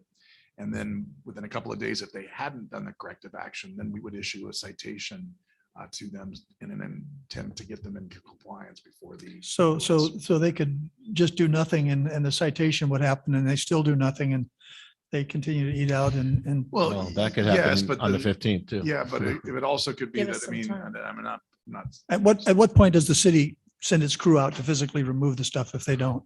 We would probably issue a couple of days of admin citations and keep in mind the first one's 100, the next one's 200, the next one's 500. So we could issue a few of those in a day over a course of a couple of days, which would add up rather quickly.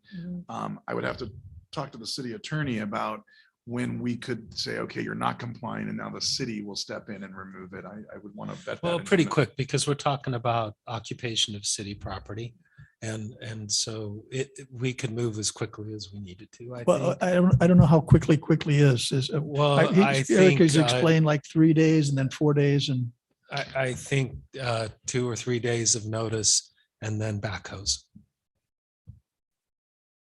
Or I mean loaders. I'm whatever. expecting like some action back from them that in the code enforcement, like that's not enough time. So the glitz is what day?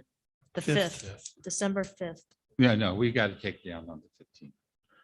That's what I'm thinking, because I think it's going to take all of that time just to get them to. Yeah, take I it was down. inclined to give them space, but with the difficulties of actually guaranteeing a clean asphalt, I'm a little reluctant as well. I was inclined that way, but I'm not liking what I'm hearing about the removal power that we have for the Ma- speed. Madam Mayor, this council has been very generous with the restaurants in town. And we've bent over backwards and our small shops, our small retailers have been very patient. And as we've taken up those parking spots, which in fact saved those businesses.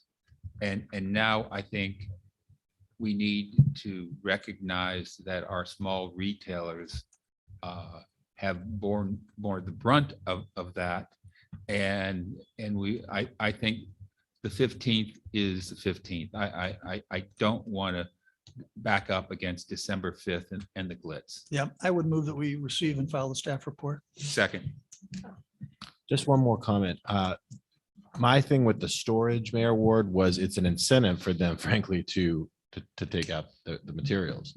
It's another incentive because, yeah, I don't think it binds us to do outdoor dining again. Yeah, I point think of they'd be, order, and I don't mean to be confrontational, but once a motion is made and seconded, the proper activity is to vote and comments can be made on the motion, but to have additional comments after motions made and seconded. I don't know that that's appropriate.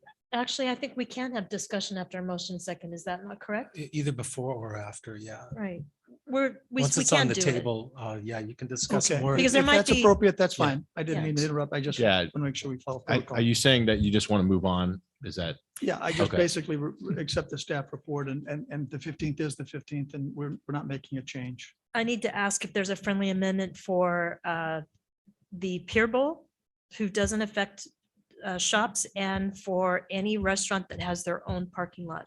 Is there anything you want to add to that, or you're just going to say it's a 15? Well, that would require a separate motion, but I can include that in motion receive and file this report and allow the Pier Bowl restaurants to continue for what timeframe are you looking at? May I make a quick clarification point on the Pier Bowl? We do have an approved CIP project for that area as well. There will be a period of time coming up. Should you extend the Pier Bowl area where the equipment will still need to be removed so that that street, that section can be properly surveyed by our Public Works Department without the equipment there. So we could certainly allow for a quicker turnaround of dismantling and reconstructing in that location if you want. I just want to make that clear that there will need to be a survey conducted there. But we're not ordering it by the 15th. It's when staff gets to that. What about the restaurants that have, because I know we have a couple that have outdoor dining in their parking lot. More than a couple. I can't remember who they are. Sunny's and Well, Antoine's. Sonny's, I think, took theirs down. Yeah. Okay. You still have Vine, you still have Antoine's, and you still have the Outrigger. Pizza and- Port, I think, still has theirs up on the upper. Okay. Yeah. So there's Upper parking. probably 5 or 6 of them. Jonathan, do you agree there's probably 5 or 6 out there? Yeah, so Madam Mayor, you're suggesting that in addition to Pier Bowl, the restaurants that have eating on their own property is exempt from at the present time? Or we should set a date for that. I don't know whether, I'm thinking that there isn't any problem, because everything's not completely open yet. But I don't know. Does anyone else have a concern over the holidays that it's too much? It does if they take have parking theirs? away from, you know what I mean? Because otherwise people now park on the street, right? So there's still, we went through this when we did our parking lease. There still is an impact on the parking. I don't know. I'm one for pushing it further, but I do think I think we probably just do it all together to make it cleaner. Consistent. I agree. All Yeah, right. that would be good. And if I may have a point of clarification, Mayor, for the motion. If this doesn't include storage at the No. 380 Pico Yard Good.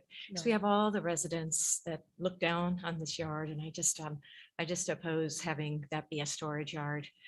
So, but anyway, I'm agreeable on everything else we've discussed. Sounds So good. the motion is the same, November 15th? Yeah, to receive and file the report, and you suggested a carve out of the Of the Pier Bowl Pier Bowl. only. Right. Pure Bowl And and those on their own property? sound like Chris. they had a can, that's concern what we about were that. discussing. Do Yeah. we think that, that we can handle that through Well, January 1st, through the holidays? Or do we think that that's a problem? Because it's not Del Mar, it's not the T zone. Let's push it back to after the new year. So resume file the report, exception with the Pier Bowl and for those properties that have restaurants on site. Should we say January 1st? January 2nd. January 2nd. Just let me look at that. Jonathan, is that doable or is there Whatever that a suggestion that you would might Yeah, make? I think that Because that's knowing doable. that we're off too.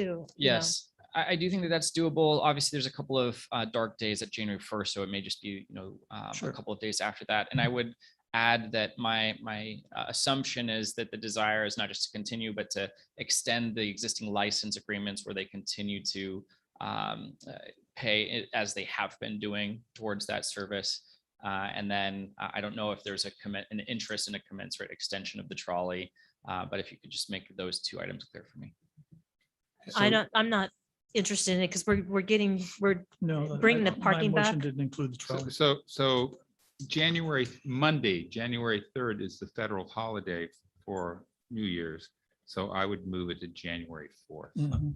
That's acceptable. Why don't we just make it the Friday of that week? No? Okay, that would be By that day, not over the weekend, but by that January, day. Friday, January the 7th. So would we then go out earlier and start, telling people you've got to take this down by a certain date? Could I just interject, Mayor and Council, is what you do with extensions will need to be subject to an enactment at your next meeting.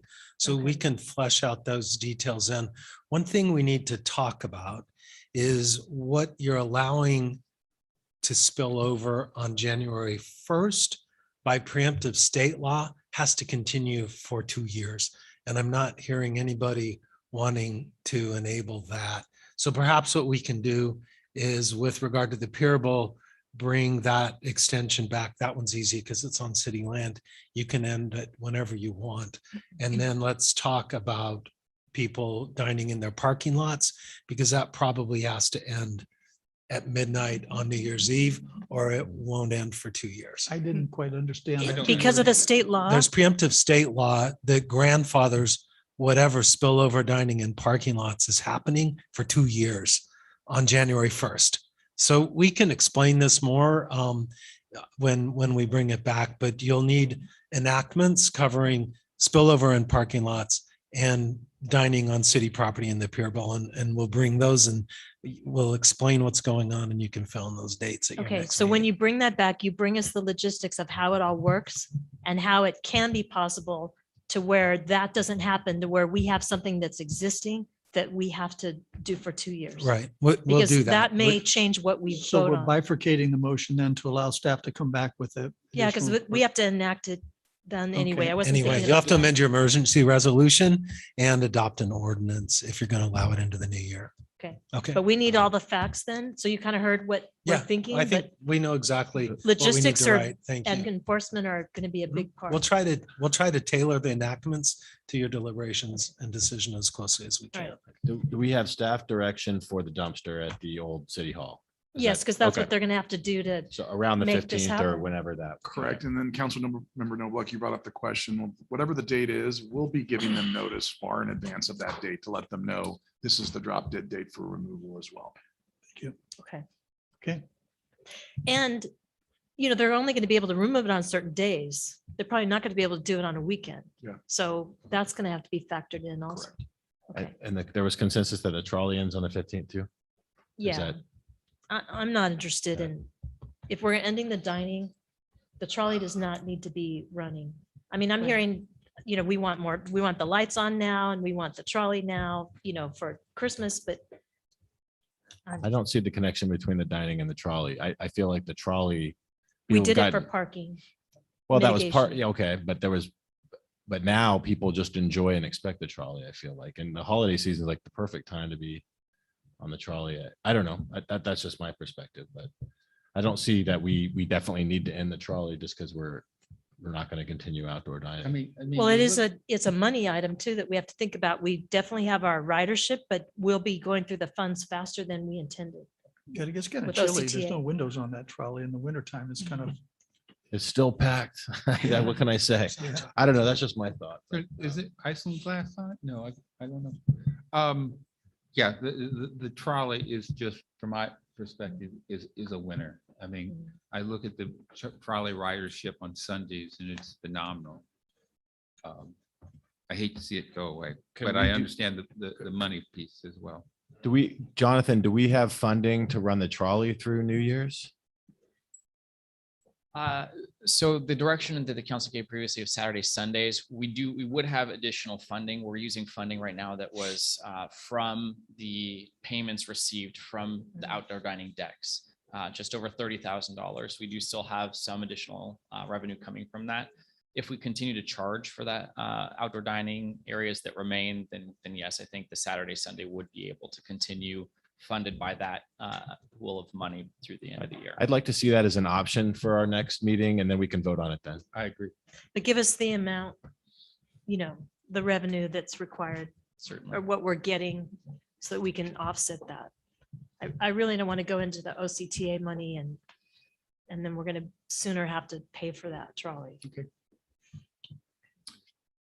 If I may, Mayor, Yes. make a comment before we move on to the next section on new business. I'd like to agendize, make a recommendation to agendize the city's video surveillance system in public places for the 11/16/21 meeting. Why are we agendizing it at this time? Because I can do so anytime during a meeting.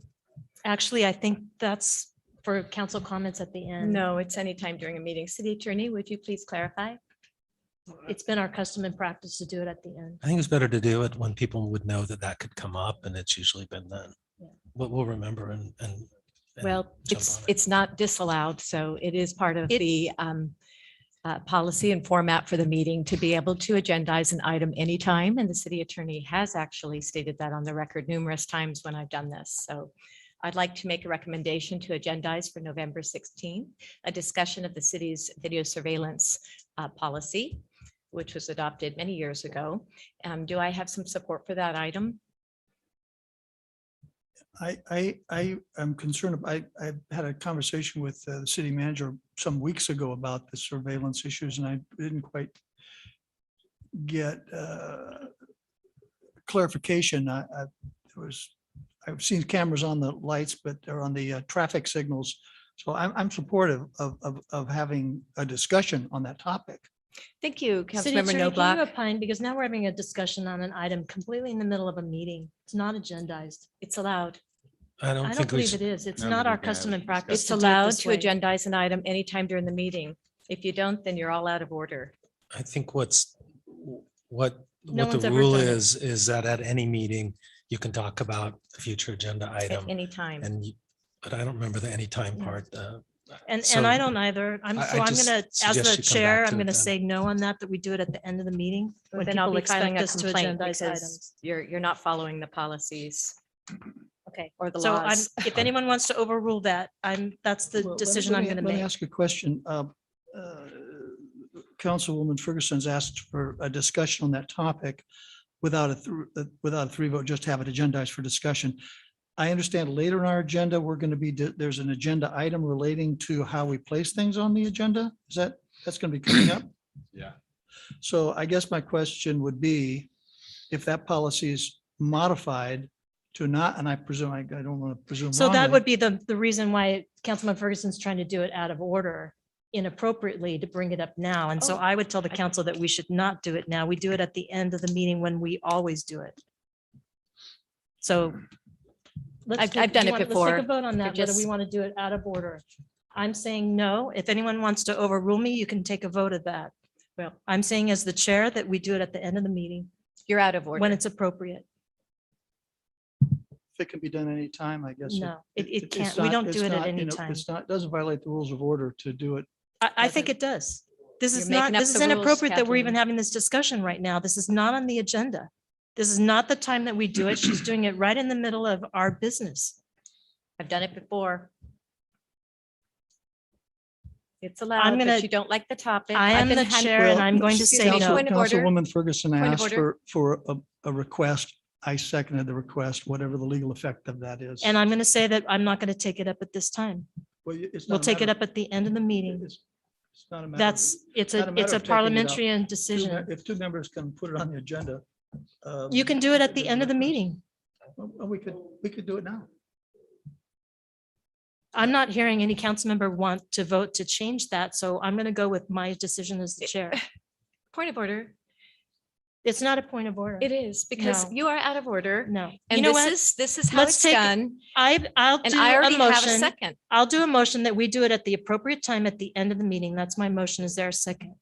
Okay, we'll handle it. I'm going to handle this because this is, you're absolutely there out of a order. second? We're not changing the rules. This is how it's We're always been not done. changing the rules. That's my point. That's why we're going to do it at the end of the meeting I during don't, council I don't comment. think this should, I don't think we should be voting on anything. It's a I agree. parliamentary decision. Parliamentarian makes a decision. You don't we know, move on. council member. I am Duncan, it's making it, always but been if, done this if way. you guys can overrule me by a vote, if there's Yeah, no, that's- I'm not seeing Always anyone been ask for a allowed, city vote. attorney, and you know So it. let's move on. If I could interject, at this point in the meeting, to override that decision about when that is heard on the agenda would require a vote of the council. That's just what your procedure suggests. It's not, happens that's next, so- improper, city It- attorney. it's not. I object. Okay. All right. So I'm ruling that it's not, that we go forward. We haven't To the voted next on item. 8 yet. We have not voted on 8. I don't think. We had a first and a second. We never voted on it. That's right. On On 8, Staff on 9A. 8A. Yeah. We haven't gotten to it yet. She interrupted us. No, we That's just, because I'm we allowed finished to. it. That was the outdoor dining. So, You know, 9A is new business. I We had a had- segue and I. I'd made a proposed mine. motion subject to a number of modifications. right. Joanne, did you get the various I modifications? thought we didn't need to vote, that it was just council direction. Not on the previous motion. The motion that I believe Oh. Councilmember Noblock is talking about is the one that to receive and file the report. Right. on With- the- with staff direction. It's just a receive and file. We bifurcated it, Yeah. receive and file and then And staff bring direction. back. Thank you. Yeah, I think we'd like a vote on the Okay, bring okay, back that's because we fine. have to go write some enactments. All right. Thought we were done. Okay, Councilmember Duncan, Aye. Councilmember Ferguson, Aye. Councilmember Noblock. Aye. Mayor Pro Tem James. Aye. And Mayor Ward. Aye. Carries 5-0. Okay. 9A. 9A, consideration of amending policy and procedure 1201-11, council operating procedures. Okay. I'll talk because I actually made the motion to agendize this. And the reason I brought it up was 4.5.4 on page 7, 9A7. We changed this, I believe, 3 years ago. Might have been only 2 years ago. 2 years ago? Okay. To change it to 2 members of the council may propose that something be agendized. I believe that that has added to our meetings being longer and things being agendized that never should have been at the council level. I believe that there's a reason why we had 3 members, and that was to make sure that items should be before the council at that time. If we do the 3 members of the city council, then we don't have to do the last part where items agendized pursuant to this section need a 3rd vote to get a staff report. It will automatically be a staff report if it is agendized by 3 council members. So that was added in order to try to manage staff time. But I would say that it's not just staff time that we need to do better on, it's council meeting time. And that's why I agendized it. I'm going to make a motion that we modify that to 3 members going back to that. I think we've tried it for almost 2 years and it has not worked out. What section are you referring to? 4.5.4, page 7. The only modification would be 3 members of the city council may propose an item be agendized, and it makes the last part unnecessary that about the staff report. That does not need to be in there any longer. The part about it being under new business, Councilmember Ferguson's the only one that mentioned that it should, we always used to do it under new business. I don't remember that. I remember when a council member agendized something, it came under council member comments and then we all talked about it. But once you have 3, My concern, if city manager, can you remind me if we had 3, it's an automatic staff report. Is that the way it was before? Correct. Okay. Yeah, So I just think this is all unnecessary. It was done as a trial basis and it has not worked out. Things have been agendized that shouldn't have been at our level. We've tried to discuss it and to reason with council members to not agendize things that shouldn't be at our level yet, and yet it still continues to be done. I would say the worst, one of the worst that I saw was the motion on Mayor Pro Tem Gene James, his position. But the worst one that I saw was recently, and that's kind of what decided it for me. There's been other abuses, but it was asked to do a report that on our consultants. Some could be, it's hundreds of them that we never even use. And the city manager said that that report can't be done. It physically cannot be done by our computer system. And yet 2 council members still asked for it to be done, which was a gigantic waste of city time. And you hear that our staff is low. That's what did it for me. We can't just have 2 council members agendize something. It's got to be a majority. Then there's some reasoning to what comes before council. So that's my only comment. I have a comment. Couple of comments. Number one, when you refer about worst cases where this has happened, I don't think any time an elected official of this city brings a matter for council decision, it's a waste of time or worst. Number 2, regarding the staff report, my concern with your suggestion is that every time we agendize something, staff now has to do a report. My suggestion, if you don't like the idea of bringing something up that might not get approved, my recommendation would be to keep this policy with 2 members proposing. And at that same time that it's being proposed, if 3 members don't want to discuss it, they can vote not to agendize it, as opposed to requiring 3 to get anything on the agenda. You're muzzling elected officials of the city, and 3 members can vote at the same time and say, I don't want to do it. That gives the We're muzzling the ability 3? of veto. How is it muzzling 3? No, I said it's muzzling 1 or 2. Okay. Which I've been in that minority. Well, so you understand that it's No, important as an I told elected them not to official do it. I told them it would be abused and not to do it. So don't worry about me. I have comments. I'm intrigued by I'll get you after.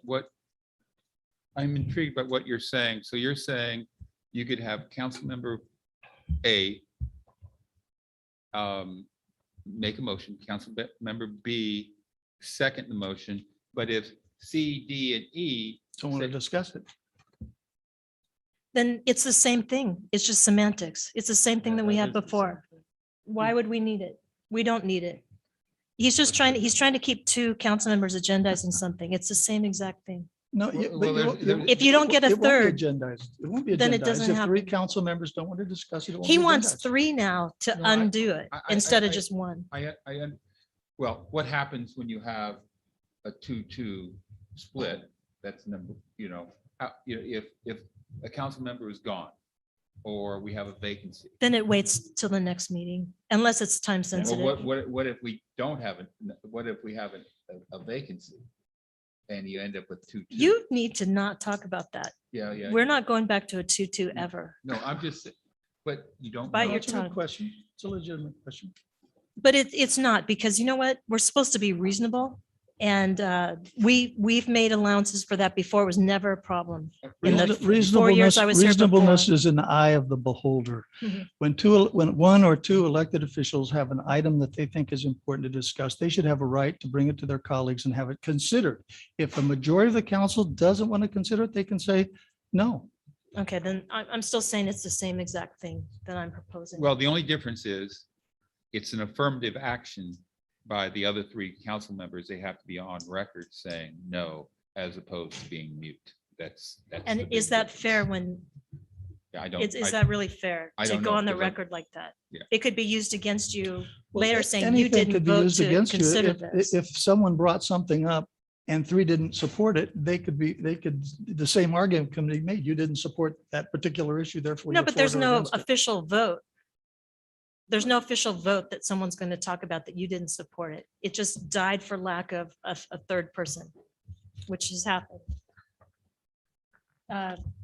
Councilman Ferguson wants to talk first and then Councilmember Doug. Thanks, Mayor Ward.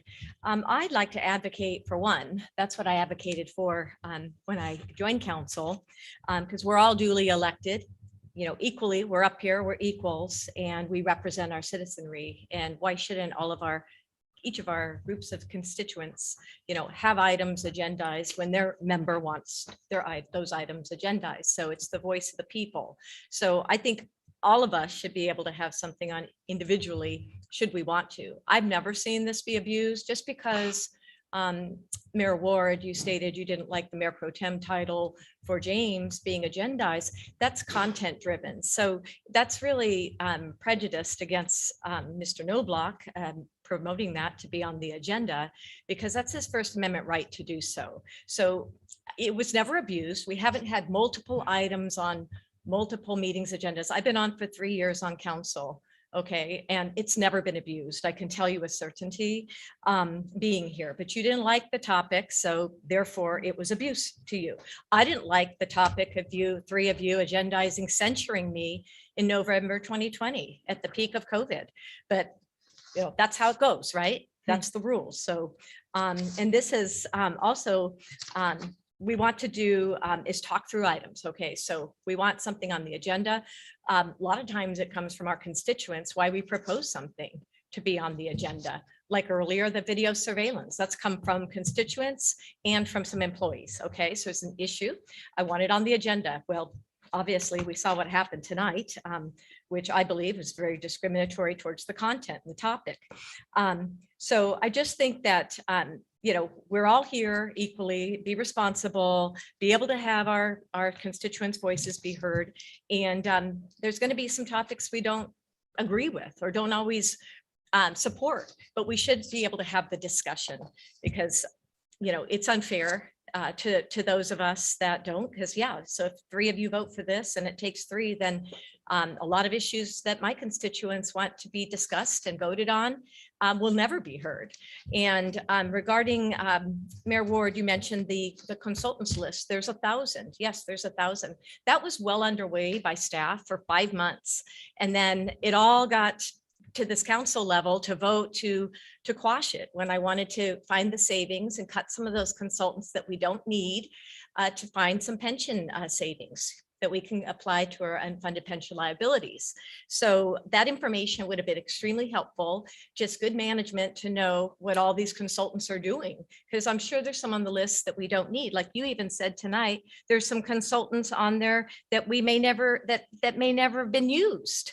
Yeah, there probably is out of 1,000 that just time after time, year after year, they're on there and they're getting paid. So that list was 2 columns. It needed a third for the description of the scope of services of what that consultant did. And we never got it because you stopped it. So council stopped it here, but it was already well underway. And I have it. I have the email exchanges with Laura, can you staff, talk to the and I motion? did that. So no, I'm talking about why it's important to be able to have council members have items on here. I think that was a very practical item to have been agendized, if that's what it took, to be able to build out that spreadsheet and add the third column and just be fiscally responsible at a time when we have nearly 50 million in pension debt. So I am talking to the item to explain why that would have been a really good item, but it didn't work out, did it, for me? Because I couldn't get a third vote for that to do a staff report. Only Mr. Noblock, Councilmember Noblock, supported me. And we need to be good fiscal stewards, and that was a good item. So I'm just saying, that Okay, was really can you- inappropriate. you and need to stick to the topic at unfortunate, hand. And I am, and you don't like what I'm saying. No, you because just don't need to, support you need that. to focus But on what you're no, saying. this is what it is, and I have my free speech rights up here, and I've been elected for 4 years, and I'm serving, and I'm doing my job for the people, watching over the city's treasury, the taxpayer dollars. So this is really going, I think, to affect that process and any reform that we want to make, because I'm certainly in the minority, and I have been for some time, and I just can't support going to 3. I think we silence the people that way. Thank you. Well, I'm glad you acknowledge that you're in the minority. When we're elected, we are elected altogether by the people, and we should never give up how we have been elected. And in doing that to the minority, we're allowing the minority to run the meeting, and that should never happen. Madam Mayor, I suggest when you say minority, you're referring to me, and I don't. No, I didn't. Oh, No, I just said, Councilmember Ferguson said that. I didn't say that about you. You just said minority. No, I didn't. You No, did. I'm just saying, she Okay, said she's in the okay, minority. As long as you weren't So, suggesting that I was a no, minority. I wasn't. Are we still on discussion of the Yeah, topic it's- and in and you're- preparation for you're a up. vote?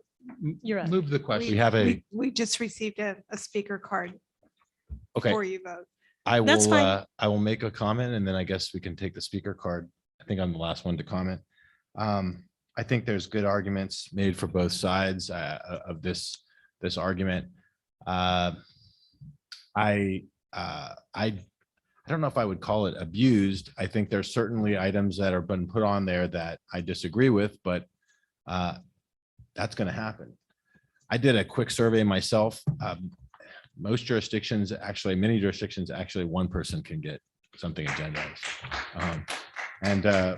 Can you so- name those? Because I didn't find that. It's usually 3. Santa Monica was one. I don't know. I looked up. But they're you know. districts also. You need to keep Okay. that in mind. Okay, well, I There's do no think majority. I do think we need to, as long as we don't, as long as it's not seriously abused. And again, there are items put on there that I disagree with, but I think we should allow items to be put on, even if they don't get the majority, which would be the majority to pass it. And we can revisit that if the meetings start going till 1 a.m. But How about, so the meeting should never go after 11 and they continuously do. And I don't think And they that's do because of, necessarily the- it's because of what's agendized. actually, I don't think so, because unfortunately, and I'd like to see if you do agendize things, bring a report, do some research, bring some materials so that there's a robust discussion. I think that would be helpful for those items, but That's why we had 3, because you had to bring something to the council of why it should be Okay, but agendized. that's You can't just staff. agendize, oh, I want to write off Right. somebody's invoices and you That's- haven't done any work on that- it at all and it gets on the yeah, agenda. no, that's That's an staff. abuse. I'm saying you're not going to get staff to assist you, but you better present something or there's not going to be a robust discussion and it's probably not going to pass because you didn't present a compelling case by presenting a report. But no, Airwood, I take your I points disagree. and I see where you're coming from, but I think we do need to allow council members who may not have majority support when they initially come up with their agenda item to be able to put it on. So let's talk about one thing. When something is on the agenda, it allows someone like Councilmember Ferguson to go off in Never Land and talk about whatever she wants to talk about because it's agendized. That's what I'm trying to stop. I'm trying to get the meetings where they run efficiently and they're not. And I've seen it for 2 years. And your Point of order. Your There point needs- is. Point of order. Right. There needs to be order in the audience. Your So- point is very well So taken. when we talk about things and- being abused, that allows it to be abused because two people that are in a minority on certain things can get things agendized and then they can do whatever they want to do. I would think that this Right. last month should show you enough of how it's been abused. I've been somewhat disappointed with some of the agenda items. I still think those folks deserve the right to put them on there. And the public gets to be the judge about whether they like someone going on and on about something that may not be germane to what the city is doing. As the parliamentarian, Mayor Ward, I completely understand your point, and it's probably somewhat You're different not, from you're where not I'm coming understanding from. it. Yeah, you're not getting it. I would But- make a motion that the policy remain unchanged. I would make a substitute motion that we change it to 3. Okay. Well, I'm gonna second the first motion. Okay, was the first motion seconded by Councilmember Noblock? To, keep the Councilmember policy Noblock unchanged? proposed it and Councilmember Duncan seconded to leave it unchanged. There was a second motion, And then on a the substitute motion that hasn't been It seconded. doesn't have a second, so it doesn't go forward. So then on this, the substitute motion by Mayor Ward to change to 3 people, was that one seconded? The No, substitute motion? no. So that's why I didn't pursue it. Okay, so that No. one dies. Okay, so going back to the first motion, the original motion, to keep the policy unchanged. Well, first of all, did you want to hear the public before that gets voted on? Have the Yes. one Was card that card was given while we were in, while you were talking, correct? were we in deliberations? Go ahead. Okay, it's Tony Rubelino.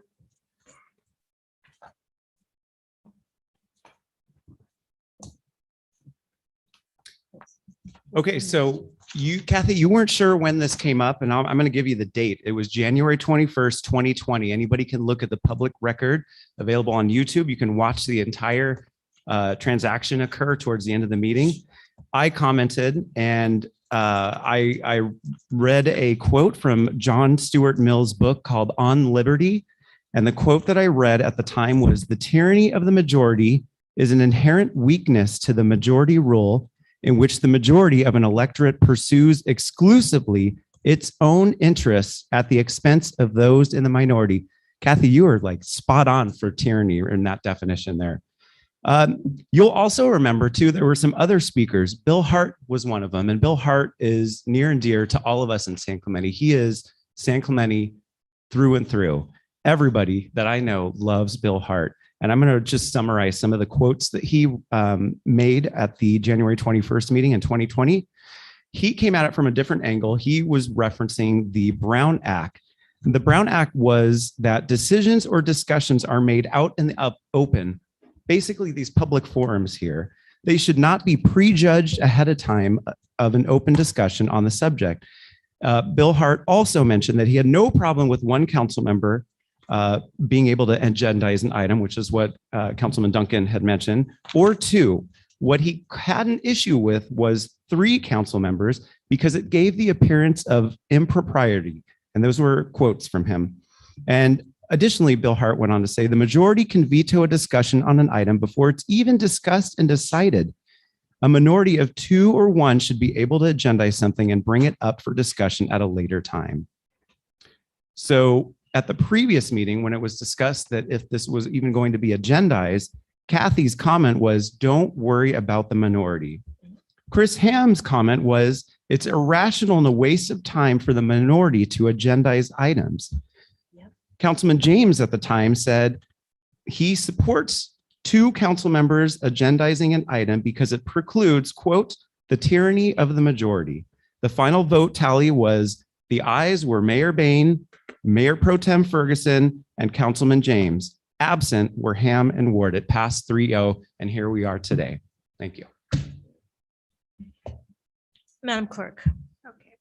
So I would just, before we vote, I would just tell council that this next year is going to be something else with what we're about to do. It's going to be the worst year that you have ever seen. And our council meetings are going to suffer. Okay, so the motion to leave the policy unchanged. Councilmember Duncan. Aye. Councilmember Ferguson. Aye. Councilmember Noblock. I'm going to vote aye and say that I think this next year with robust discussion from our elected official will probably be one of our best years. Mayor Pro Tem James. Aye. Mayor Ward. No. Carries 4-1. Next item. The next item is the 21-24 Memorandum of Understanding between the City of San Clemente and the San Clemente City Employees Association and adoption of the revised City of San Clemente employee salary schedule. Madam Mayor, we have Hannah Thordahl, our HR manager, who will do a brief presentation. Good evening, Mayor, council members. I'm Hannah Thordahl, the HR manager. This item before you tonight is a request for council approval of the Memorandum of Understanding between the City of San Clemente and the San Clemente City Employees Association, and also the approval of a revised salary schedule. The city and the association have been in negotiations over the past few months. The first meeting that we held was August 24th. There were a total of 8 meetings. The city's negotiations team was led by City Manager Eric Sund, and also including myself and Assistant to the City Manager Jennifer Savage and Financial Services Officer Jake Braun. The association's negotiation team included 5 city employees that were representative of the various departments and also their representative from the Orange County Employees Association. So the MOU that's presented for your approval this evening is a term of 3 years with a total salary increase of 2.25% over the term of the agreement. The year 1 increase is 1% of base salaries. Year 2 is a 0.25% increase, and year 3 is a 1% increase. Additionally, there are 2 one-time non-pensionable payments. In year 1, that payment is $2,500. In year 2, it's $2,750. This agreement also includes increases to the monthly contribution of the city to employee medical benefits. There are a few new provisions this year in the agreement. They include a establishment of a labor management committee that will meet on a quarterly basis at a minimum. There also is a fatigue rest period, which will provide for 8 hours of rest for any employee who has worked 16 hours or more in a 24-hour period. And then also there is a classification and compensation study that is to commence in year 2 of the agreement, and with implementation in year 3 at City Council's discretion. The association held their ratification meeting with their members on Tuesday of last week, the 26th of October. An overwhelming majority voted in support of this agreement. Now that the negotiations process is completed and their members have voted to ratify this agreement, next steps are for this request to the council to approve the MOU and to approve the proposed salary schedule as well. In closing, I would like to acknowledge the negotiation subcommittee that worked with the city throughout this negotiation process. The members of that committee were Mayor Pro Tem Gene James and Councilmember Chris Duncan. So with that, I would go ahead and turn it over to them if they would have any comments they would like to make. Thank you. Council, is there any comments? Actually, Chris and I had the easy job. It was city manager and human resource director, Hannah. And I think this is fair to the employees. I think this is fair to the taxpayers.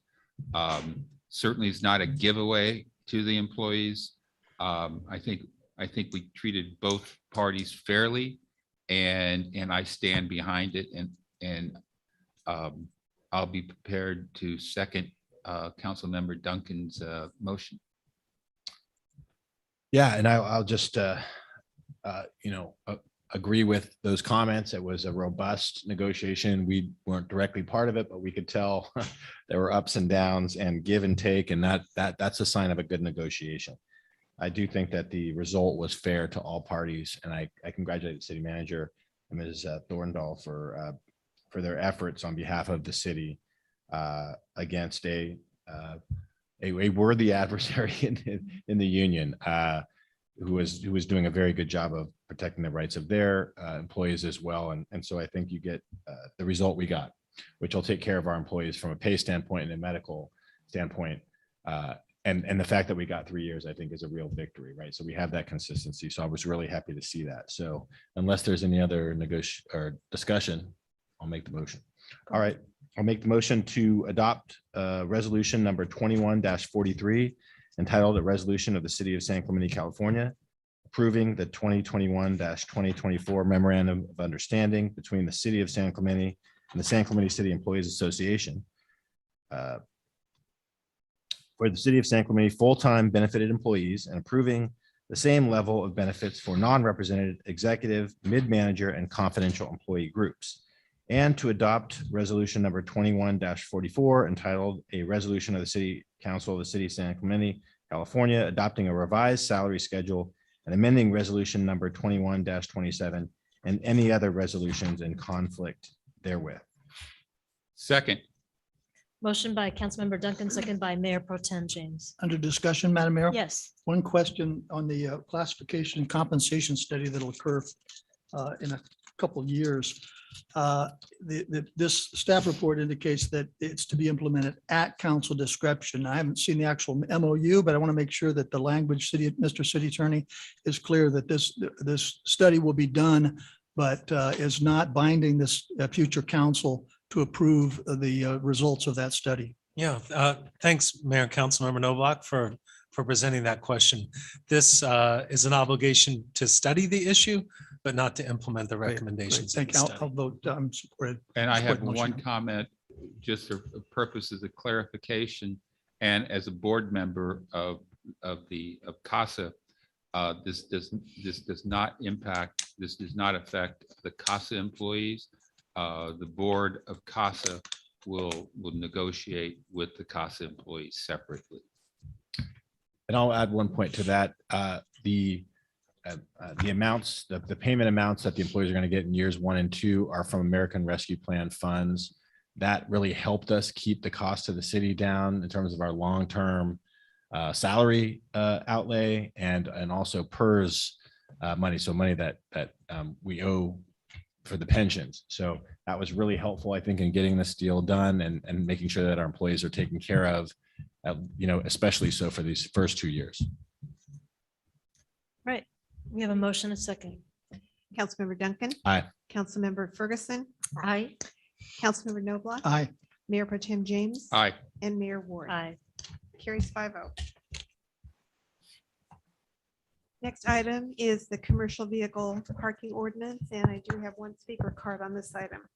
All right. The speaker like to speak before the staff report or after? It's up to you. I don't know. I shouldn't have asked. Okay. Okay, wait, you can't comment then. All right, go ahead, Jennifer.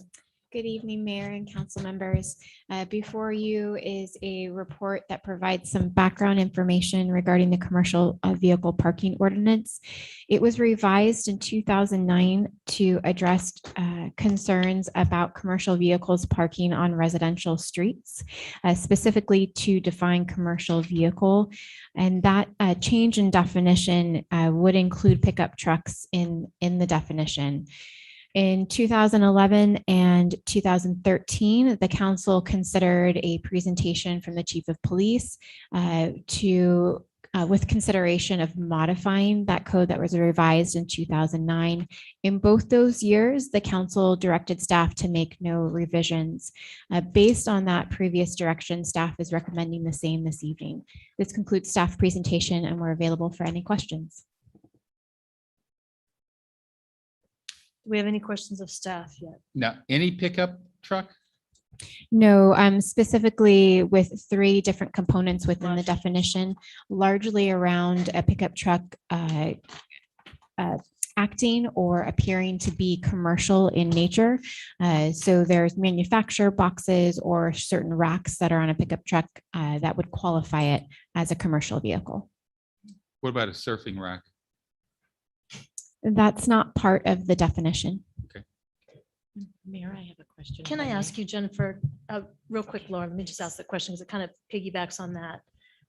I thought I read that the definition of a commercial vehicle that has been modified, this pickup truck, is actually in the Commercial Vehicle Code 260 of the California Vehicle Code, section 471. Is that true? Thank you for that clarification. Our code defines a commercial vehicle in reference to that section with exceptions, and specifically unless there's 3 different components to a pickup truck. Okay, so with the 3 different components, we add that to fit that description of a commercial vehicle. You've gone beyond the California Vehicle Code. Yes. Okay, thank you for that clarification. I wanted to make sure I had that right. Okay, I'm still, I guess I'm a little confused. Are we more narrow? In other words, is the state vehicle code more expansive in terms of what's a commercial vehicle, or are we more expansive? We're more explicit and more narrow by adding those explicit restrictions on pickup trucks.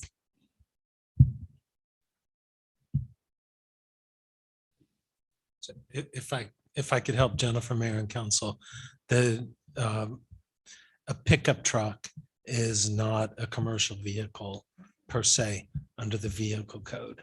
But taking the latter component and adding it to the definition of the pickup truck makes a truck subject to your code that wouldn't otherwise be. Is that right, Jennifer? Correct. Thank you. The rack by itself or the rack and a ladder? I think it's the rack and the ladder. It's all, right? it's It all has 3 to have something components, on right, it right. Correct. of a commercial nature. So I don't think if you had a rack and a surfboard, it would not be. Yeah. It has to be a rack and some kind of tool. So what it says is it shall be considered a commercial vehicle. This is what I don't understand. It says unless okay, I'm sorry. It shall not be considered a commercial vehicle unless goods, wares, or property of a commercial nature loaded thereon extend above the manufacturer's box of the truck bed. A standard bed of the vehicle has been replaced with the utility or stake bed over 80 inches in width. Or number 3, the vehicle has been modified to include a rack extending over the length of the vehicle's bed, which currently has goods or wares of a commercial nature stored thereon. So that's I thought it was in the vehicle code, but it's what we added. It's to local, modify it's that. local color on that. Yeah. Okay, thank you. I have a question. if Go I ahead, may, Laura. Staff, thank you. Jennifer, could you please provide some information on your conclusion for no change to municipal code? Because in the staff report, it's 2 pages and it basically compares us to other cities, right? So it says Dana Point, San Juan Capistrano, they have a similar code to ours. But what was your conclusion? Because I see a lot of support for this. The pickup trucks not to be swept up into the commercial vehicle ordinance that are included in this. Yeah, staff made that recommendation based on the previous council direction in 2011 and 2013. Of course, it's the purview of the council to change and not go with the staff recommendation. Okay, thank you. I did want to note also, just for the public's edification, that this was discussed before. We had a very 5-minute subcommittee brief meeting, maybe a year and a half, 2 years ago, with right after a council meeting with Councilmember Ham and Mr. Gregory and myself. And it was 5-minute discussion, didn't go very well. And there was no movement from the former Councilmember Ham. So I'm happy to see this on the agenda tonight, but I'll wait for discussion. Thank you, Jennifer. Any other questions? No questions. All right, let's hear from the public.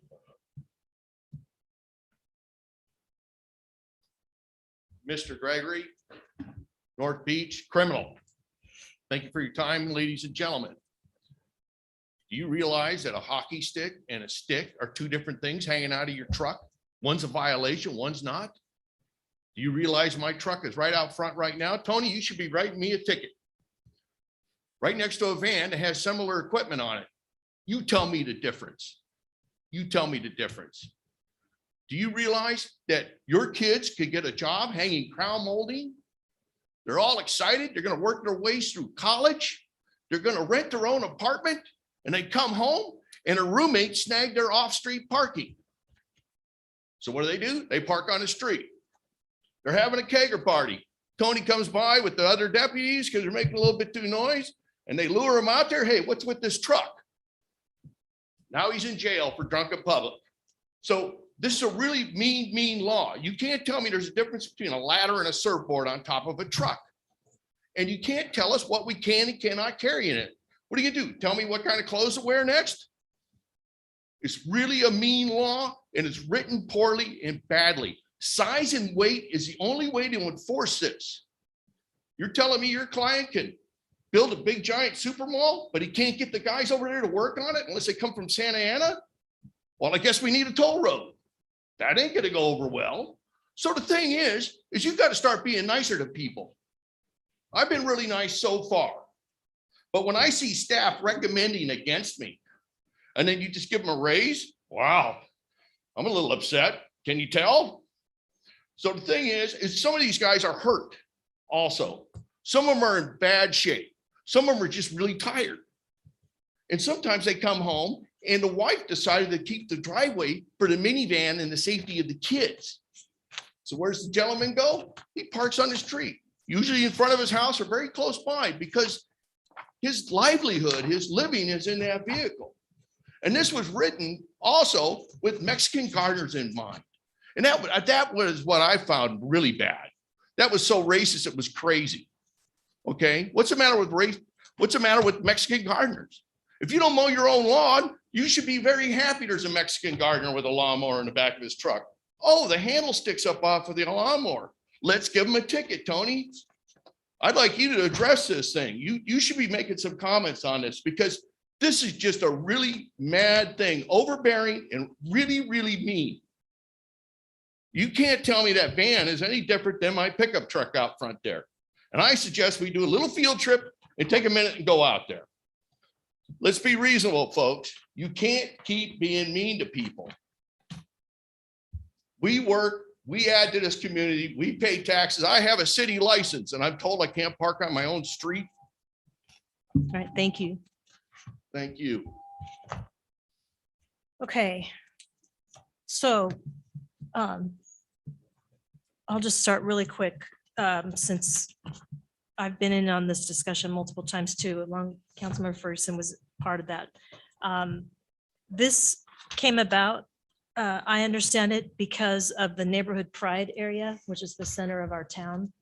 There is a lot of parking issues with that. People, there's not enough parking for all of the units that we have in that area. Right now, because we have this law, and the residents really count on this law, that we don't have commercial vehicles that are oversized parked in their neighborhoods. With this, we have a lot of commercial vehicles, which happen to be some of the gardeners. They store their vehicles in lots right now, and they have leases in some of these lots where they keep those overnight so that they aren't on the street. If we were to undo this law, it would put all of those vehicles and all those leases out, and they would not be in the parking lots anymore, and they would be on the street. And we're going to have a flood of people coming to us. I understand what George has said about this for many years, but there's a main reason why the councils did it. They did it with many, many hours of discussion, which Mr. Gregory was part of. I don't know that he's had any problem with parking his vehicle in recent years. But there's consequences to undoing this, big consequences. And I'm not sure that, I mean, staff gave us everything, but council needs to consider that when you're thinking about what to do on this, what's going to happen with the parking in the neighborhood pride area, which this ordinance did have an effect on and helped. And the reason why you see vehicles in parking lots is because they had to do that. They had to find a place to put all of their fleet of vehicles. And so you'll see that down in some in North Beach and some in South El Camino Real. You'll see a lot of those where they found a place to go. So I'm not, as much as I appreciate what George is saying, I'm not going to undo something that councils took many years to do. And I think that's why Councilmember Ham didn't at the time, is because he understood what was going to happen if we did that and all the work that went into the ordinance before. Mayor Ward, can I ask would those consequences be the same if we had similar to Laguna Beach? They basically say, It's Laguna Niguel, isn't it? the Laguna Beach puts the weight requirement on there. So now you're basically saying if it's one of the big heavy duty trucks, that can't be on the street, but a regular pickup truck might, could be. I'm just asking. Yeah, the problem with why we added what we did is it's trucks that put like big racks on it and they actually go over the cab. And then they've got everything all over on their racks. I've never actually seen someone with a surfboard ever leave their surfboard out overnight. And I live in the coastal zone, and that's just not something that we do. I'm kind of surprised that anyone would leave a ladder actually either, but. George has wanted to, but So from my knowledge, he got rid of his vehicle. It sounds like he has another truck now, but I think the vehicle in question that was a problem before, he no longer has. I guess the answer to my question though was you would say that the parking issue would be the same if you changed it to over 1 ton truck, because most of the parking issues are coming from trucks under 1 ton. Yes, that you'd even see like little Nissan, the old Datsun with all the racks and everything hanging on them. We listed those as a commercial vehicle because of what they did to upsize that vehicle. So ladders hanging over, it affects how someone can park next to it. If there's a ladder hanging out over it, you're not going to park your car underneath that, in the back. I have a question. Go ahead. So a truck with a rack with no ladder is legal. Is that right? Correct. A truck with a ladder or anything, what equipment, tools, Commercial equipment. commercial equipment, that's not allowable under our current ordinance. Correct. That's all I need. That would include like PVC pipe. Right. 2x4s. Yeah. The surfboard is allowable, correct? I think it is. You just would never see anyone do that overnight. What's that? Because No it one would be would leave it. gone. I said a surfboard is I don't think allowable, it's but no one good. would leave a surfboard out overnight. What if you had a business and the business was teaching people how to surf and you had to cart your boards around? Would then it become illegal if it was a business of It would be teaching people how to commercial. surf? That's a huge what if. You don't have to I think answer. It it's- was a sarcastic I think question. that comes as goods, though. My thoughts on this ordinance is that I think it should be changed. This city was just fine for 95 years before this ordinance was approved. I think generally HOAs have a concern and CCNRs have addressed this in certain communities, but it's a public street, it's a public business. People ought to be able to make a living. And, we talk about low income housing and making things easy for people that don't have resources. And sometimes when you have a job that you got to get your hands dirty and you need a pickup truck to do it and cart your materials around, I don't think we should be picking on those folks. I'm in favor of modifying this ordinance. I don't have I'm a little concerned about the weight, but I agree with Laguna Beach's weight criteria for their heavy duty trucks. But I'm not even sure I need to go that far. I just want to change the language to allow people to be able to park their personal property on a public facility without getting cited. That's. Go ahead. Thanks, Mayor Ward. My comments tonight, I wrote down a few here, but folks, as Mr. Gregory described, there are people that they'd be parking these trucks on the street anyway, and Mayor Pro Tem had noted that, but just without, now they're parking there anyways, without all of the wares on there that help them make a living. In San Clemente, I mean, we're a melting pot. I think we're a great community, very diverse, lots of different housing and income levels, and we need to continue to embrace that and support our working class. Now more than ever, I think. And I just don't feel a need to really look at others. I mean, it's great to look at other cities, that's fine, but I think we need to do our own thing and really embrace everyone, like I said, and support them and let them run the business they want, have that autonomy in their life. And also, let's see. Yeah, so that's really it. I'm very supportive of changing this to allow the trucks to be able to on the street, because I do think it was very unfortunate that they got swept up in the big commercial, the big vehicles, the commercial ordinance, and really should be separated out. So I certainly stand with the working class in San Clemente, in our Spanish Village of the Sea, and want to be inclusive. Thanks. So the only comment I will make, that just to piggyback on what you said, is that you saw that there was no need of 95 years to do this. There was a need, and that's why we went through many years of this, was because of parking and issues with commercial vehicles. So I'll just make that comment. People not being able to get to their apartment, and we have a lot of hills and things. That's the reasons why we did it. Neighborhood Pride Area has more trouble than any other part in the city for access.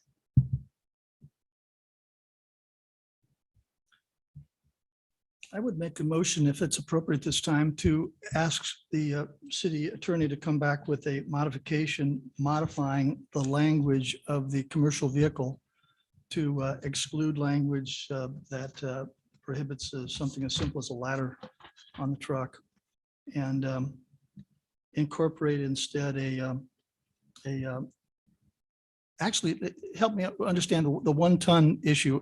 An F, let's say 250 is a 1 ton chassis, is that correct? Three quarters, and a 350 is 1 ton, right? Okay. Not that many of those. Yeah, well, that's probably a good thing. So I would ask the city attorney to incorporate the modification incorporating the 1 ton standard for commercial vehicles. I'll make a substitute motion that we adopt staff recommendation There's no second. as written. Second. Who Second. There's a seconded second. Councilmember Noblock's motion? There's no, I didn't hear a second yet on that. I just wanted to make the substitute motion, but I have a second now. Is there? For Councilmember Noblock's Yes. motion, I second his motion. Okay, so Substitute motion, I still stand by my substitute motion, which was, that we adopt staff recommendation as written. So I think we take the substitute motion first. Is there a second to the substitute? Yes, by Mayor Pro Tem James. Okay. And Yes, the substitute is voted on first. do you want me to read it? No, it should leave the ordinance as is, Yes. correct? Okay, for the substitute motion, Councilmember Duncan, Well, this is a tough one.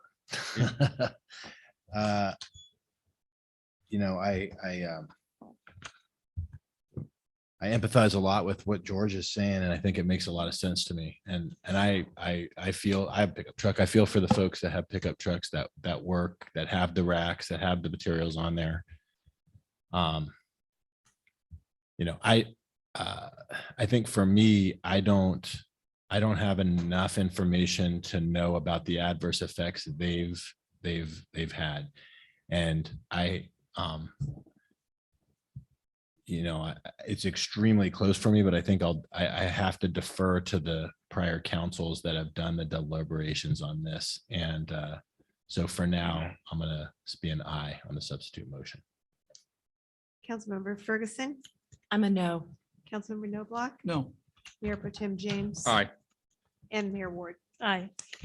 carries 3-2. Council, can we take a 5-minute break really quick? Sure. Thank you. 5-minute break.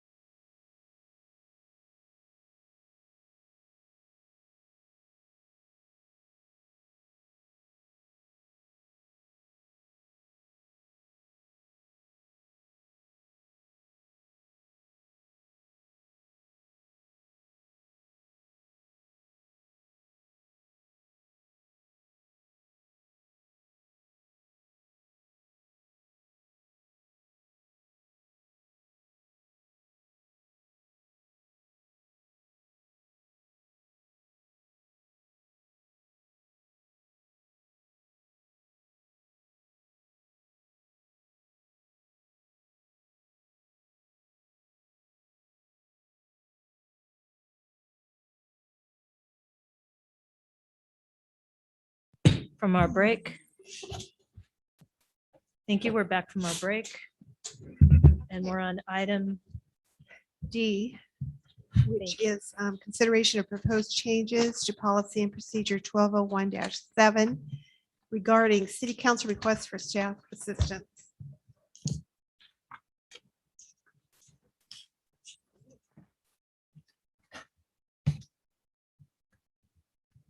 Who has this item? City attorney. I believe. So I'll kind of tee it up and then Scott can answer some questions. So tonight before you, you have the consideration of proposed changes to policy and procedures 1201-7 regarding city council requests for staff assistance. There is a draft policy that is attached to the staff report that goes over the purpose of this policy and the protocols laid out. I know that there's been a number of discussions with the city council as it relates to this item before you. And with that, I'll kind of conclude my report. And if you have any questions for me or City Attorney Scott Smith, we're stand ready to address. Is there any other council questions? Seeing none. Let's see if there's a motion. I can make a motion. Thank you. Approve and adopt amended City of San Clemente Policy and Procedure 1201-7 City Council request for staff assistance effective November the 16th, 2021. Is there a second? Second. Motion by Mayor Pro Tem James, second by Councilmember Duncan. Councilmember Duncan. Aye. Councilmember Ferguson. Well, I thought we were going to have a little discussion on this. A little bit to questions. So I can support this. I can vote yes, as long as the city manager agrees to be responsive to me, because he hasn't been. So if the city manager will be the one that will be the one we go to for all requests and information. I just need you to know that I require you to be responsive to me. Otherwise, I can't support this. So would you be able to be responsive to my email requests? I think I will respond to all the council members equally in terms of addressing their concerns. Sometimes their concerns require direction from three, and I will communicate that to you in my correspondences as well. Okay, that would be good. And secondly, I've been trying to, this relates to assistance from the city manager. Is there a reason you share all my emails with the fellow council members? Because I never see emails from others. It's primarily for transparency purposes, Councilmember Ferguson, and certain updates that I want to provide to all council members rather than just one. In many cases, when council members give me pieces of information, I'll share it with all the council. So all of the council is educated to that information. Oh, well, I've never received any emails from other council members. So I was just curious why you only share mine. No, I'm speaking to when I get information from council members that I push out to all the council members. Well, you need to start sharing their emails with me, because mine are shared on a regular basis and I've never heard back from you as to why. So if you can be fair and responsive, I can support this. So I'm a nod. Thank you. Councilmember Noblock. Aye. Mayor Pro Tem James. Aye. And Mayor Ward. Aye. Carries 5-0. Next item is relates to city manager spending authority. And we don't have a staff report for this, right? Okay. I want to apologize to Jonathan Lightfoot because I finally did find 8A. I could not find it. I looked like 3 or 4 different times and I couldn't Well, it find was it. only 3 pages. I'm sorry. I had it clipped together as nothing there. So I'm trying to think how this was brought to us. Oh, Councilmember Ferguson, you agendized this. So would you Yes. like to go? I would like to. Thank you, Mayor welcome. Ward. All right, so I did request to agendize this. And I'm joined by Councilmember Noblock in agendizing this item, so appreciate him supporting that. It's on the city manager contract authority, and the items about expenditures and contracts that take place in between council meetings. So every 2 weeks we meet as a council member, and then every fiscal year, July 1st, we have a new budget that's approved. So these are expenditures that are made in between, right, without coming to the public and the council discussing and voting on. So we have a duty to be fiduciary agents for the organization and watch over the taxpayer dollars. This is simply an oversight and transparency and accountability item that I brought forward. It's we're elected to set good policy. Council is, not the staff.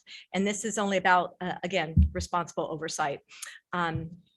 I couldn't get information for this item tonight. I was hoping to be able to write my own agenda report as a council member and get it in advance, but I had requested a 6-month snapshot of expenditures and contract approvals that the city manager had done. Just give an idea to the public of what kinds of things are being done that aren't coming to council and that need to be done in between meetings every 2 weeks, but I didn't receive that information. And so I don't have that tonight as an example, but maybe verbally he can share that. And also I spoke with a former city manager, just since I couldn't get any information from the city manager, to see if a former city manager here, and I worked for 5 city managers here when I worked here, and asked if he had ever exercised this authority to spend up to $25,000 at any given time in between council meetings. And he couldn't recall ever doing that. So I couldn't get an example from him, unfortunately, to share. But I'm not taking anyone's power away tonight. I simply want the public and the council to receive notification when taxpayer dollars are used to purchase something via contract or expenditures outside of council meetings and the budget. So they don't get buried like they do now. We do have a warrant register, which everybody can see if you go online. They're with every meeting, but there's no specificity that says the city manager approved this outside of a council meeting, right? We have various items on there, from legal fees to consultants to tree maintenance services, and very little description, but we don't really know. They get lost, they get buried. So I think for transparency and oversight, we need to have a new mechanism for that. And again, it's just our duty to protect the city treasury, to ensure taxpayer money is wisely spent with the maximum level of transparency.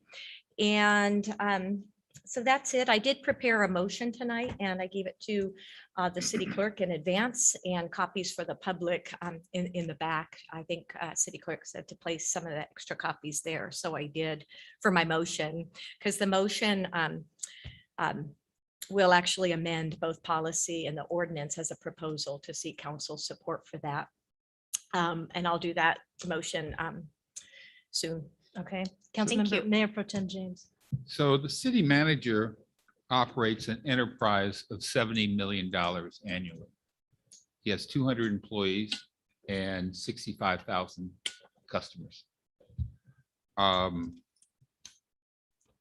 don't think a $25,000 spending authority is out of the question. If we were going to go anyway, I would probably up it a little bit. I will not support this tonight, but what I will support, I will address Councilmember Ferguson's concerns about transparency. And what I believe is that council should get from the city clerk a quarterly report of those contracts that have been entered, those expenditures that have been made. And I don't think we need to tinker with spending authority, but I do think we need to improve our reporting to council in order for us to have that fiduciary oversight. Let's keep in mind that this is, our city manager is our CEO, and we have oversight of the city manager.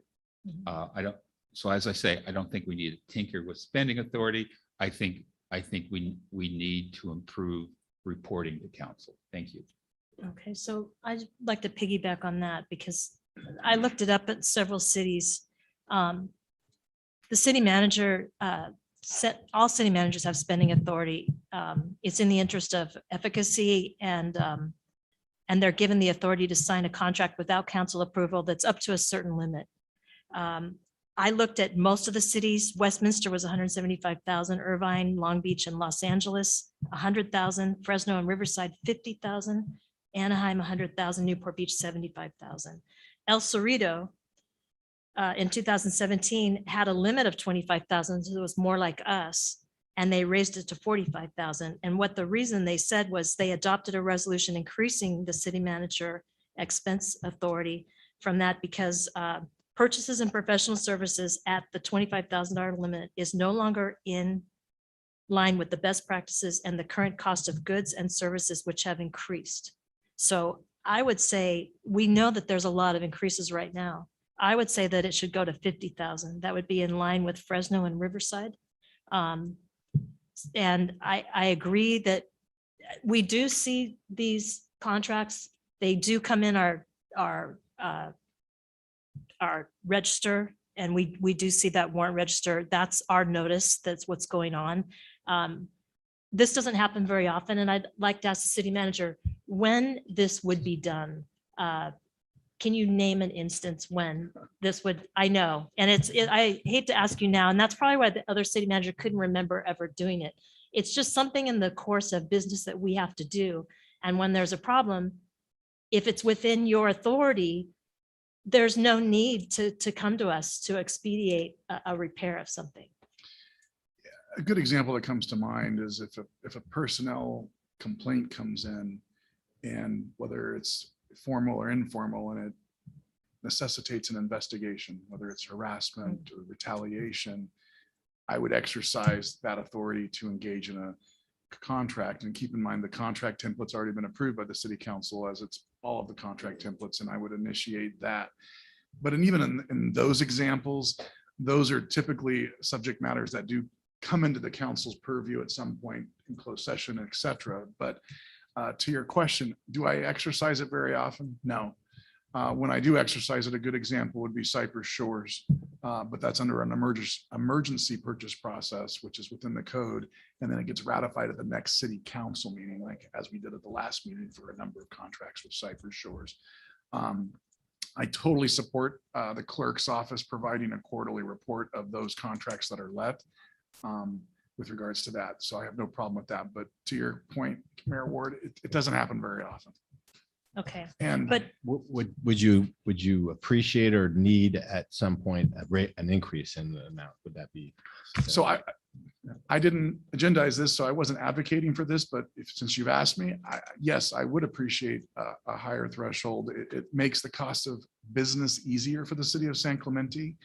It keeps things off of the agenda. Again, wanting to provide transparency and reporting through the clerk, I've got no issue with that whatsoever. I think it's a great idea to do, but it would facilitate things in certain cases that would make it easier for the city to operate. That's no question, sir. Question, city manager. Currently, as the policy and ordinance stands, there is no limit, no cap, for instance, on per quarter, $25,000, like every day, right, per quarter. There's no cap. So it's not, people out there who are watching, it's not just 25,000 a year. It's like you can literally, and I'm not saying you're doing this, I'm just trying to look for a better mechanism for us to oversee the spending and be more public and transparent about that. So that 25,000, you could do that every day. Is that correct?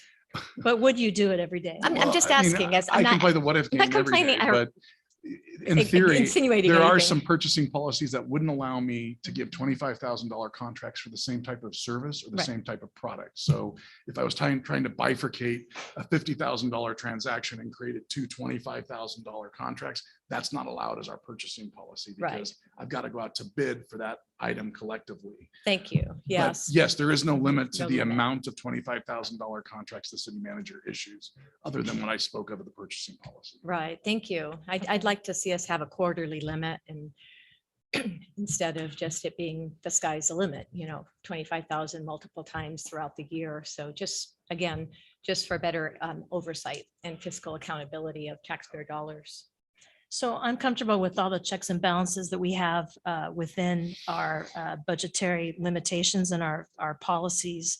I would put a motion out there that we under this- change. I'm just put a motion on the floor that we increase the city manager spending authority to 50,000 to be in line with Fresno and Riverside, which were the lowest cities that I could find. Second. Second by Councilmember Duncan, and for discussion. Under Go ahead. discussion, the Mayor Pro Tem James's comment about the quarterly report. What would what would be included in that? The name of the vendor, what it's for, and the dollar amount? Yes, yeah. And would it, Date, yeah, date, what it's for, vendor, dollar amount. Yeah. and would the contracts be available for review? Yes. Okay. We always have, I like that concept, but my one concern is that if it's done quarterly, we're looking back 90 days. you're going to see The it in the warrant recommendation, let register. me finish my comments. The recommendation made by Councilwoman Ferguson is that we have notification immediately, and I like that. And here's why. We had an example a few months ago where the city manager entered a contract for the bridge, the Beach Trail Bridge, where there was a report that was paid for that said, we have a life-threatening scenario. The bridge is subject to imminent collapse, potentially endangering our citizens with their life. We found out about that, a month later or more. I found out by accident and by seeing the work that was going on, and that was $300,000 or $400,000. So I think I like the concept of notification when those contracts are entered into, rather than getting them 90 days later after the work's been done, the money's been spent, and we're going, gosh, what's going on? So I have no problem with, I like that from a transparency point of view. And I also like the regular recording, but I'd like to see immediate notification when it occurs. I mean, that doesn't put any unreasonable burden on the city manager or on staff. So you're just asking for notification, but you're not asking to change any policies for emergency repairs. Right, just, no, absolutely Or not. I'm just saying, it'd be what nice if about, policymakers know That's in about the it. government What code, about, emergency repairs. Yeah. What about at the next scheduled council meeting during city manager comments? If there's been a contract entered into, since the last meeting, it gets reported at that point. Make that as part of the policy, is that your Yeah, suggestion? other than immediate notification, I mean, that's Okay, like, at that's the just next- enough. By nature, these are things that have to be done sort of quickly or whatever. You don't want him thinking, oh, wait a minute, I got another step to do, but. Have you never had a briefing with the city manager where he's told you that he's done? Oh, he this? briefs me on these all the time. That's what I'm saying is if you go to Uh, your briefings, we yeah, get this information but- weekly. But the public doesn't get that, and it sort of formalizes the process. Actually, I was going to ask the city manager whether that was something that would be overly burdensome or a I problem. mean, I'm going to lean on the city clerk as the custodian of documents. And so she basically oversees the process of executing contracts for the city. So once a contract is fully executed by the city clerk, a contract that I have let within my authority, I have no qualms with reporting it out at the next council meeting. That doesn't bother me. Could we have a page on the website that the public could see? I mean, take some time, but again, I don't have any qualms with that. I'm just thinking. Transparency. Yeah. It's few and far between, but I have no qualms with that. Okay, so I'm just, come back to us with like what category that would even be. You'd have to talk to staff with how Well, even to put that on the In all website. honesty, what I would do is, as part of our of this, let's just call it the city, a web page within the city clerk's page of documents, those contracts would be just uploaded and available to view for public consumption, period. So you would be able to see every contract that I let, and it would be available for the public to Then read. you wouldn't Want need to the. make a motion? We already have a motion and a May I second. make What a is the motion? substitute motion? Go ahead. May I make my substitute Yes, motion? go ahead. Oh, I'm sorry. I don't think Councilmember Noblock heard your I'd like first to understand motion. the first motion. It was to increase the city manager's spending authority to 50,000 in line with Fresno and Riverside. Oh, just to increase the amount, and that was. Increase it but I would add that also the direction that you were looking at a quarterly report, but also bring back to council.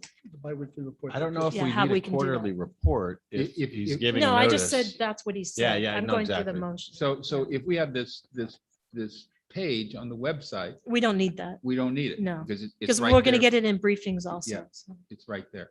So city manager, just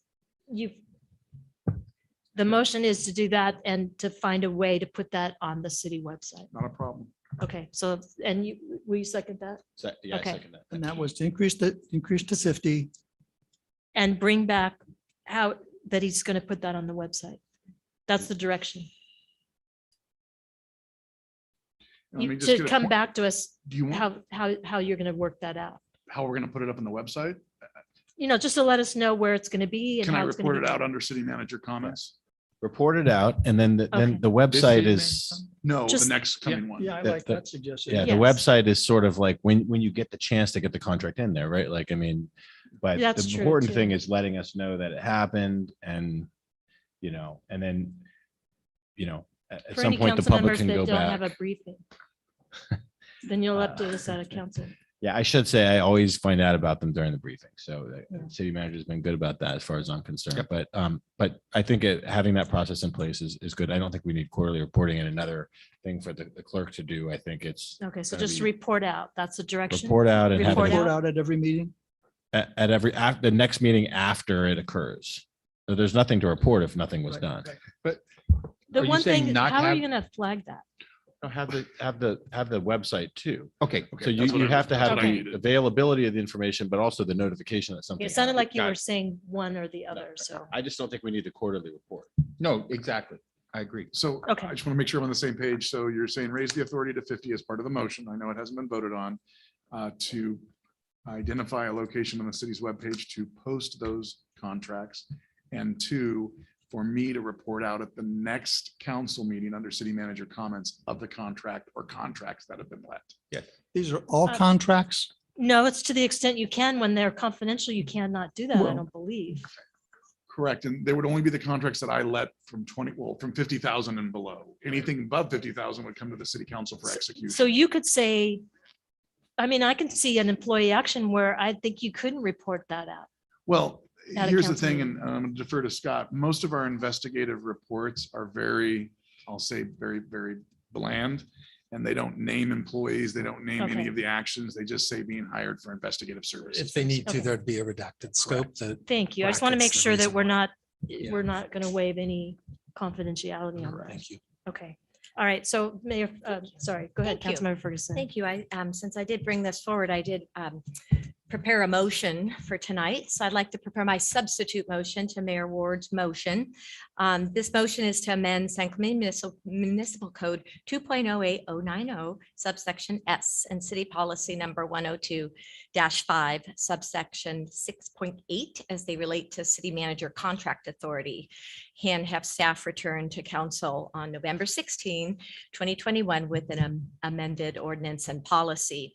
And just for the record, there weren't any expenditures listed in the policy or the ordinance, just contracts. So I want to make that clear. So the first section is amendment of the code section 2.08.09 subsection S. Approval of the execution of contracts, notwithstanding California Government Code, Section 40602, to the maximum extent permitted by law. The city manager shall have the authority on behalf of the city to approve and execute city contracts if the contract amount is consistent with the city's adopted budget and does not exceed $25,000 per fiscal quarter. This power is limited to contracts that fall squarely within the approved budget and is not intended to allow the city manager to approve expenditures that were not considered by the council when it approved the then current city budget. The city manager is limited hereunder to approving contracts in written form, because there have been verbal contracts approved, as you know. All contracts executed hereunder must be reported immediately by email and separately to council under the consent calendar of the next council meeting. The consent calendar item shall include for each contract, the date of the contract, copy of the contract, the reason the contract need to be executed by the city manager rather than as part of the consent calendar for council approval, and the amount the city is obligated to pay under the contract. All city manager approved contracts must include a provision that the city manager approval subject to notification and subsequent approval by the full council. And then the second second component of the motion is the policy amendment. The first was the municipal code. Second is policy 102.7, section 6.8, contract administration. Unless council approval is required by state or local statute, contracts that involve expenditures of 1,000 or less may be signed by department directors, and the cumulative total is capped at 10,000 quarterly. Current policy allows directors to spend 10,000 without coming to council. Contracts that involve expenditures between 1,000 and 1 cent and 25,000 must be executed in writing or approved in advance by the city manager. And all contracts that involve expenditures of 25,000 and 1 cent or greater shall be submitted to the council for approval and shall be executed by the mayor or his or her designee. This power is limited to contracts that fall squarely within the approved budget and is not intended to allow the city manager or director to approve contracts that were not considered by the council when it approved the current city budget. City manager or director can only approve contracts in written form, and such contract approvals are limited to 25,000 per fiscal quarter and 10,000 respectively for the city manager and the director. And then the last is a repeat that I included in the ordinance about how the contracts must come to us on the consent calendar and include that varied information that we need to identify what the expenditure was. And all city manager and director approved contracts must include a provision that the city manager and director approval is subject to notification and approval to the full city council. Thank you. Notwithstanding the prior discussion that we've had, I think the motion allows for increased transparency and doesn't impose, in my opinion, an unreasonable burden. So for that reason, I'll second the substitute motion. So you have two motions that have a second. Substitute motion first. Councilmember Duncan, No. Councilmember Ferguson, Aye. Councilmember Noblock. Aye. Mayor Pro Tem James, No. Mayor Ward. No. Motion fails 2-3.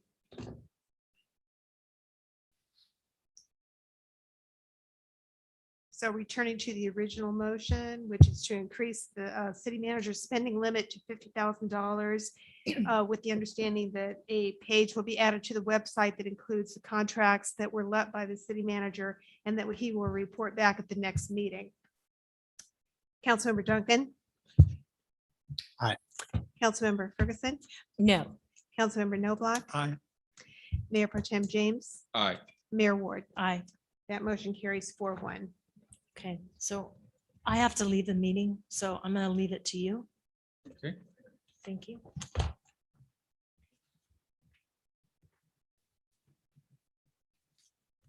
Okay, Madam Clerk. Okay, oral communications part 2. I don't have any cards on this item. Commissions and committees, right?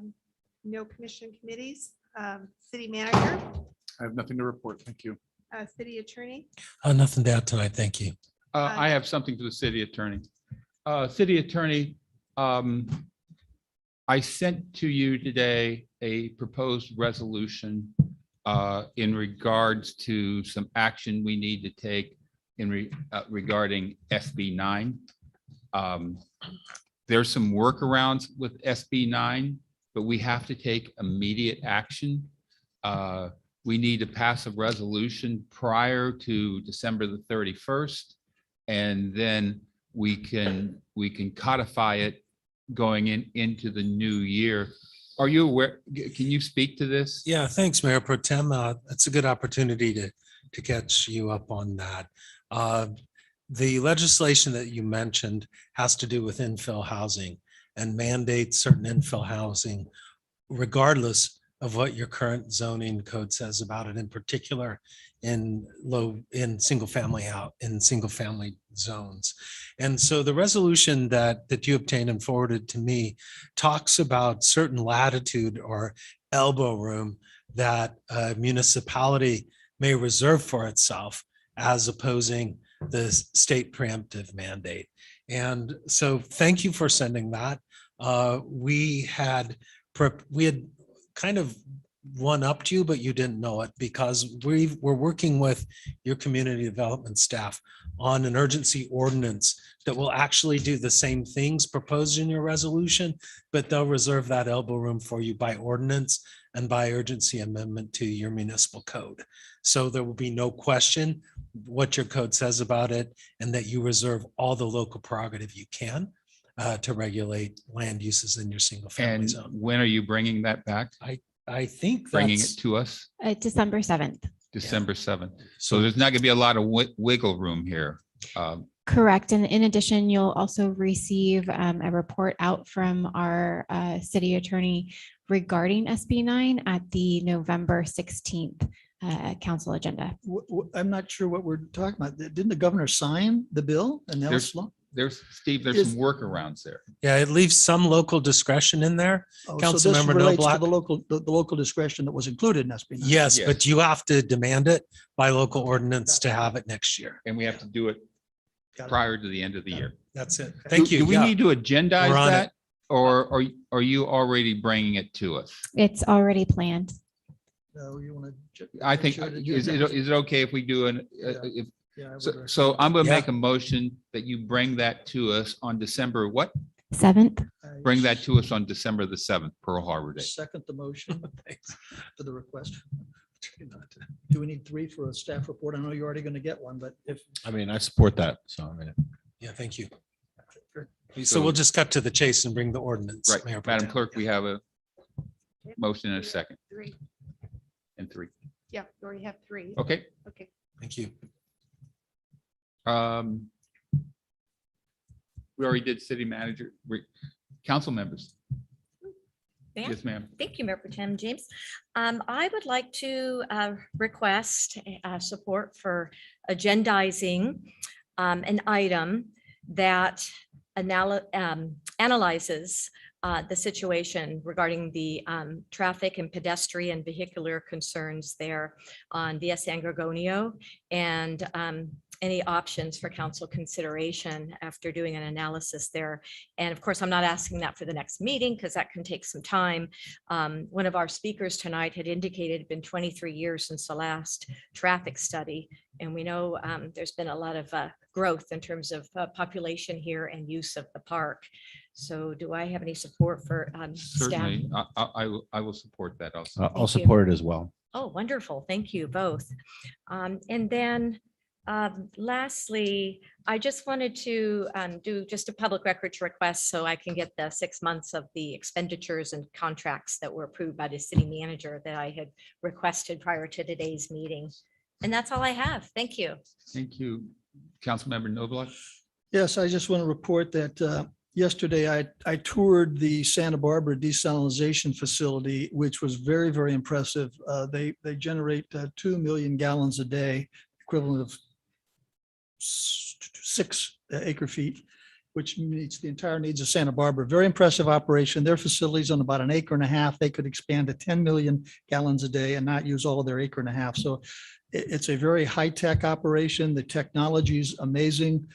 They've been using this for several decades, and it's very similar in size to what our neighbor, the South Coast Water District, is proposing with their 3 million gallon a day facility. Very, very impressive. And I just want to say, if any of you are interested in a tour, I went there because it's closer to what our neighbors are doing. San Diego has 40 million gallon operation, which is 20 times the size of what Santa Barbara has. So very impressive. And I also want to ask the city manager regarding our 2x2s with the water district to discuss the concept of desal. Is there anything going with that? So yes, Courtney Farrell is scheduling 2x2s with the council members in Saukwa to do an overview. And then thereafter, any council, not the same day, but if there are any council members that want to tour the Carlsbad desalinization, that's also something that she's working on scheduling for tours. And what's the time frame on the schedule? I haven't heard don't know, anything. sir. I want to say within the next at least 3 to 4 weeks at a minimum, it should be done. Thank you. Councilmember Duncan. First, I want to say, and I think Laura, you might agree with this. I had the pleasure of going with actually my daughters and a bunch of other kids. I brought to the Beauty and the Beast presentation by San Clemente High School. I know there's so many high school students on there right now watching us, but I have to say I was completely blown away. It was one of the best plays I've probably ever seen, including the American Conservatory Theater. It was just absolutely terrific. Name dropper. And what's that? Name dropper. Yeah, exactly. Which I had to remember. No. Yeah, no, it was incredibly impressive. So much talent, wonderful presentation out at the old upper campus. outdoor theater, and just wanted to give kudos to all those kids and the folks who run that program. Just absolutely terrific, really enjoyable. All the girls now wanted to be in the theater, and so really inspirational for the kids too. So fantastic job to, well, obviously Chris and Carter, the principal, but everybody who's responsible for that. So just terrific work. The other thing substantive is I wanted to see, I'd been contacted by a resident to explore the option of expanding the smoking ban in town. I guess we do have a limited smoking ban, but this would include the vaporizers as well. But just in Dana Point and up in Laguna Beach, similar communities near us, they have a broader smoking ban that would include the streets, sidewalks, and other public areas. So I think that the trend is that way. And I just, having looked at it, think it would probably improve the quality of life, improve the, I guess, the attractiveness of our business district.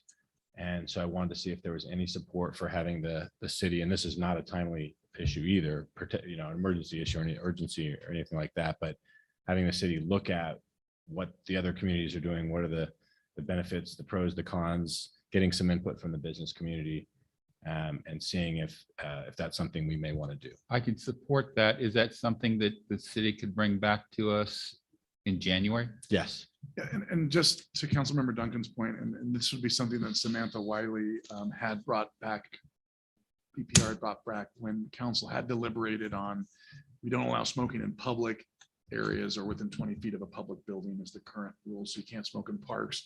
Like BPR had brought forward the addition of wanting to add vape to that as well. And so January would be fine, and we can definitely bring that back. Okay. And is that it? Yep, that's it. Jonathan Lightfoot, can you come live for us for a moment? Jonathan has been working in conjunction with Mark Zane at Bella Colina in regards to something he is doing with the Marines, and Jonathan has all the information. Jonathan, can you tell us about it? Certainly. So I just wanted to share this effort that the chamber is putting forth, Mark in particular, who's leading that charge. They're going to be having a day coming up, Veterans Day, where businesses can participate in donating a portion of the revenue they gain that day for the benefit of veterans. So I'm going to be sharing some information about that through the city's website. I'll put out a news release this week.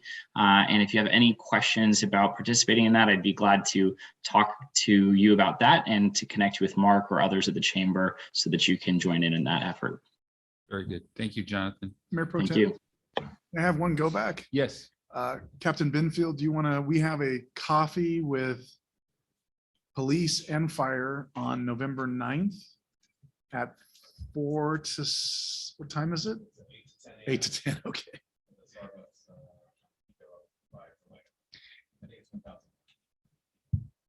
It's on our website, but I know we won't have a council meeting between now and then. I just looked at Tony and that reminded me. So we want to encourage the public to come out. It's the first time that we're having police and fire together, which is great. So we'll have all our public safety providers there to meet the public and answer any questions. Can you ask that Courtney send that out to us? It's on your calendar, and it's also already on there.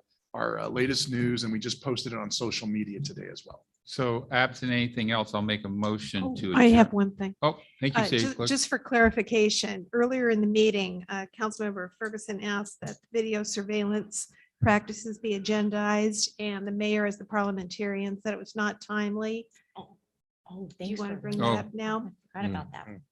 Go ahead. Yeah, I forgot about that one already.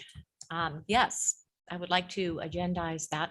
I've tried to get information from the city manager. I'm just not getting all my questions answered, unfortunately. So I'm bringing it up here for us to discuss at a council meeting, because there's just some unanswered questions and I'm trying to get answers. So I'd like to agendize video surveillance in public places. City manager did provide me with the policy, so I'd just like a discussion on that. I can support agendizing that for discussion, but if we do, we're going to need we need to know, rather than agendize it without any background, we need a third to just provide basic data in the report. So. Well, and I would say that the clerk could attach the policy to the agenda report that the council could deliberate on at the next meeting. Is it an existing policy? Yes, sir. Mhm. I like that. So the policy could be the standalone in lieu of an agenda report then, right? City manager, is that what you're suggesting? Since it's an existing policy, we would just agendize it and for Perfect. reference for discussion. Okay, Okay, and that's for the next meeting. thank you. Very good. Thank you, City Clerk, for reminding me. Thank you, Mayor Pro Tem James. Absent anything else? We have the resolution. We have the second reading. Oh, or, right? yes, thank you. right. Gosh. Good call. So City Clerk, Yes, this is ordinance 1719, second reading relating to proposed changes to metered parking hours of operation. Laura, do you want to do the motion? Sure, Or I'll do it. I'd like to, yeah, if you'd like to, I just have a question of the city manager before you make the motion.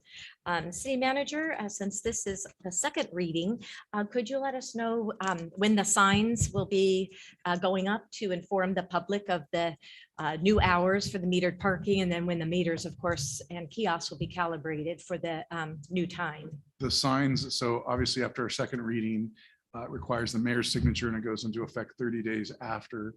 The signs will definitely be up before it goes into effect. But I don't have a specific date, but it will be mounted before it goes into effect. Okay, excellent. Thank you so much. Okay. I'll move that we adopt ordinance number 1719 entitled an ordinance of the City Council of the City of San Clemente, California, amending municipal code chapter 10.40 parking meters. Second. No, Bob got me first. Councilmember Duncan, Aye. Councilmember Ferguson, Aye. Councilmember Noblock. Aye. Mayor Pro Tem James. aye. Carries 4-0. So I move that the next regular council meeting is scheduled to take place on November the 16th, 2021. Closed session items will be discussed, excuse me. Closed session items will be considered at 5 PM and the regular business meeting will commence at 6 PM. The meeting will take place in the Community Center Auditorium located at 100 North Cali Seville, San Clemente, California. A subsequent adjourned regular council meeting will take place on November 30, 2021 at 7 PM in the Municipal Golf Course Banquet Room located at 150 Avenida Magdalena, San Clemente, for the purpose of meeting in joint session with city commissions and committees. Second. Councilmember Duncan. Aye. Councilmember Ferguson, Aye. Councilmember Noblock. Aye. Mayor Pro Tem James. Aye. Carries 4-0. Sean.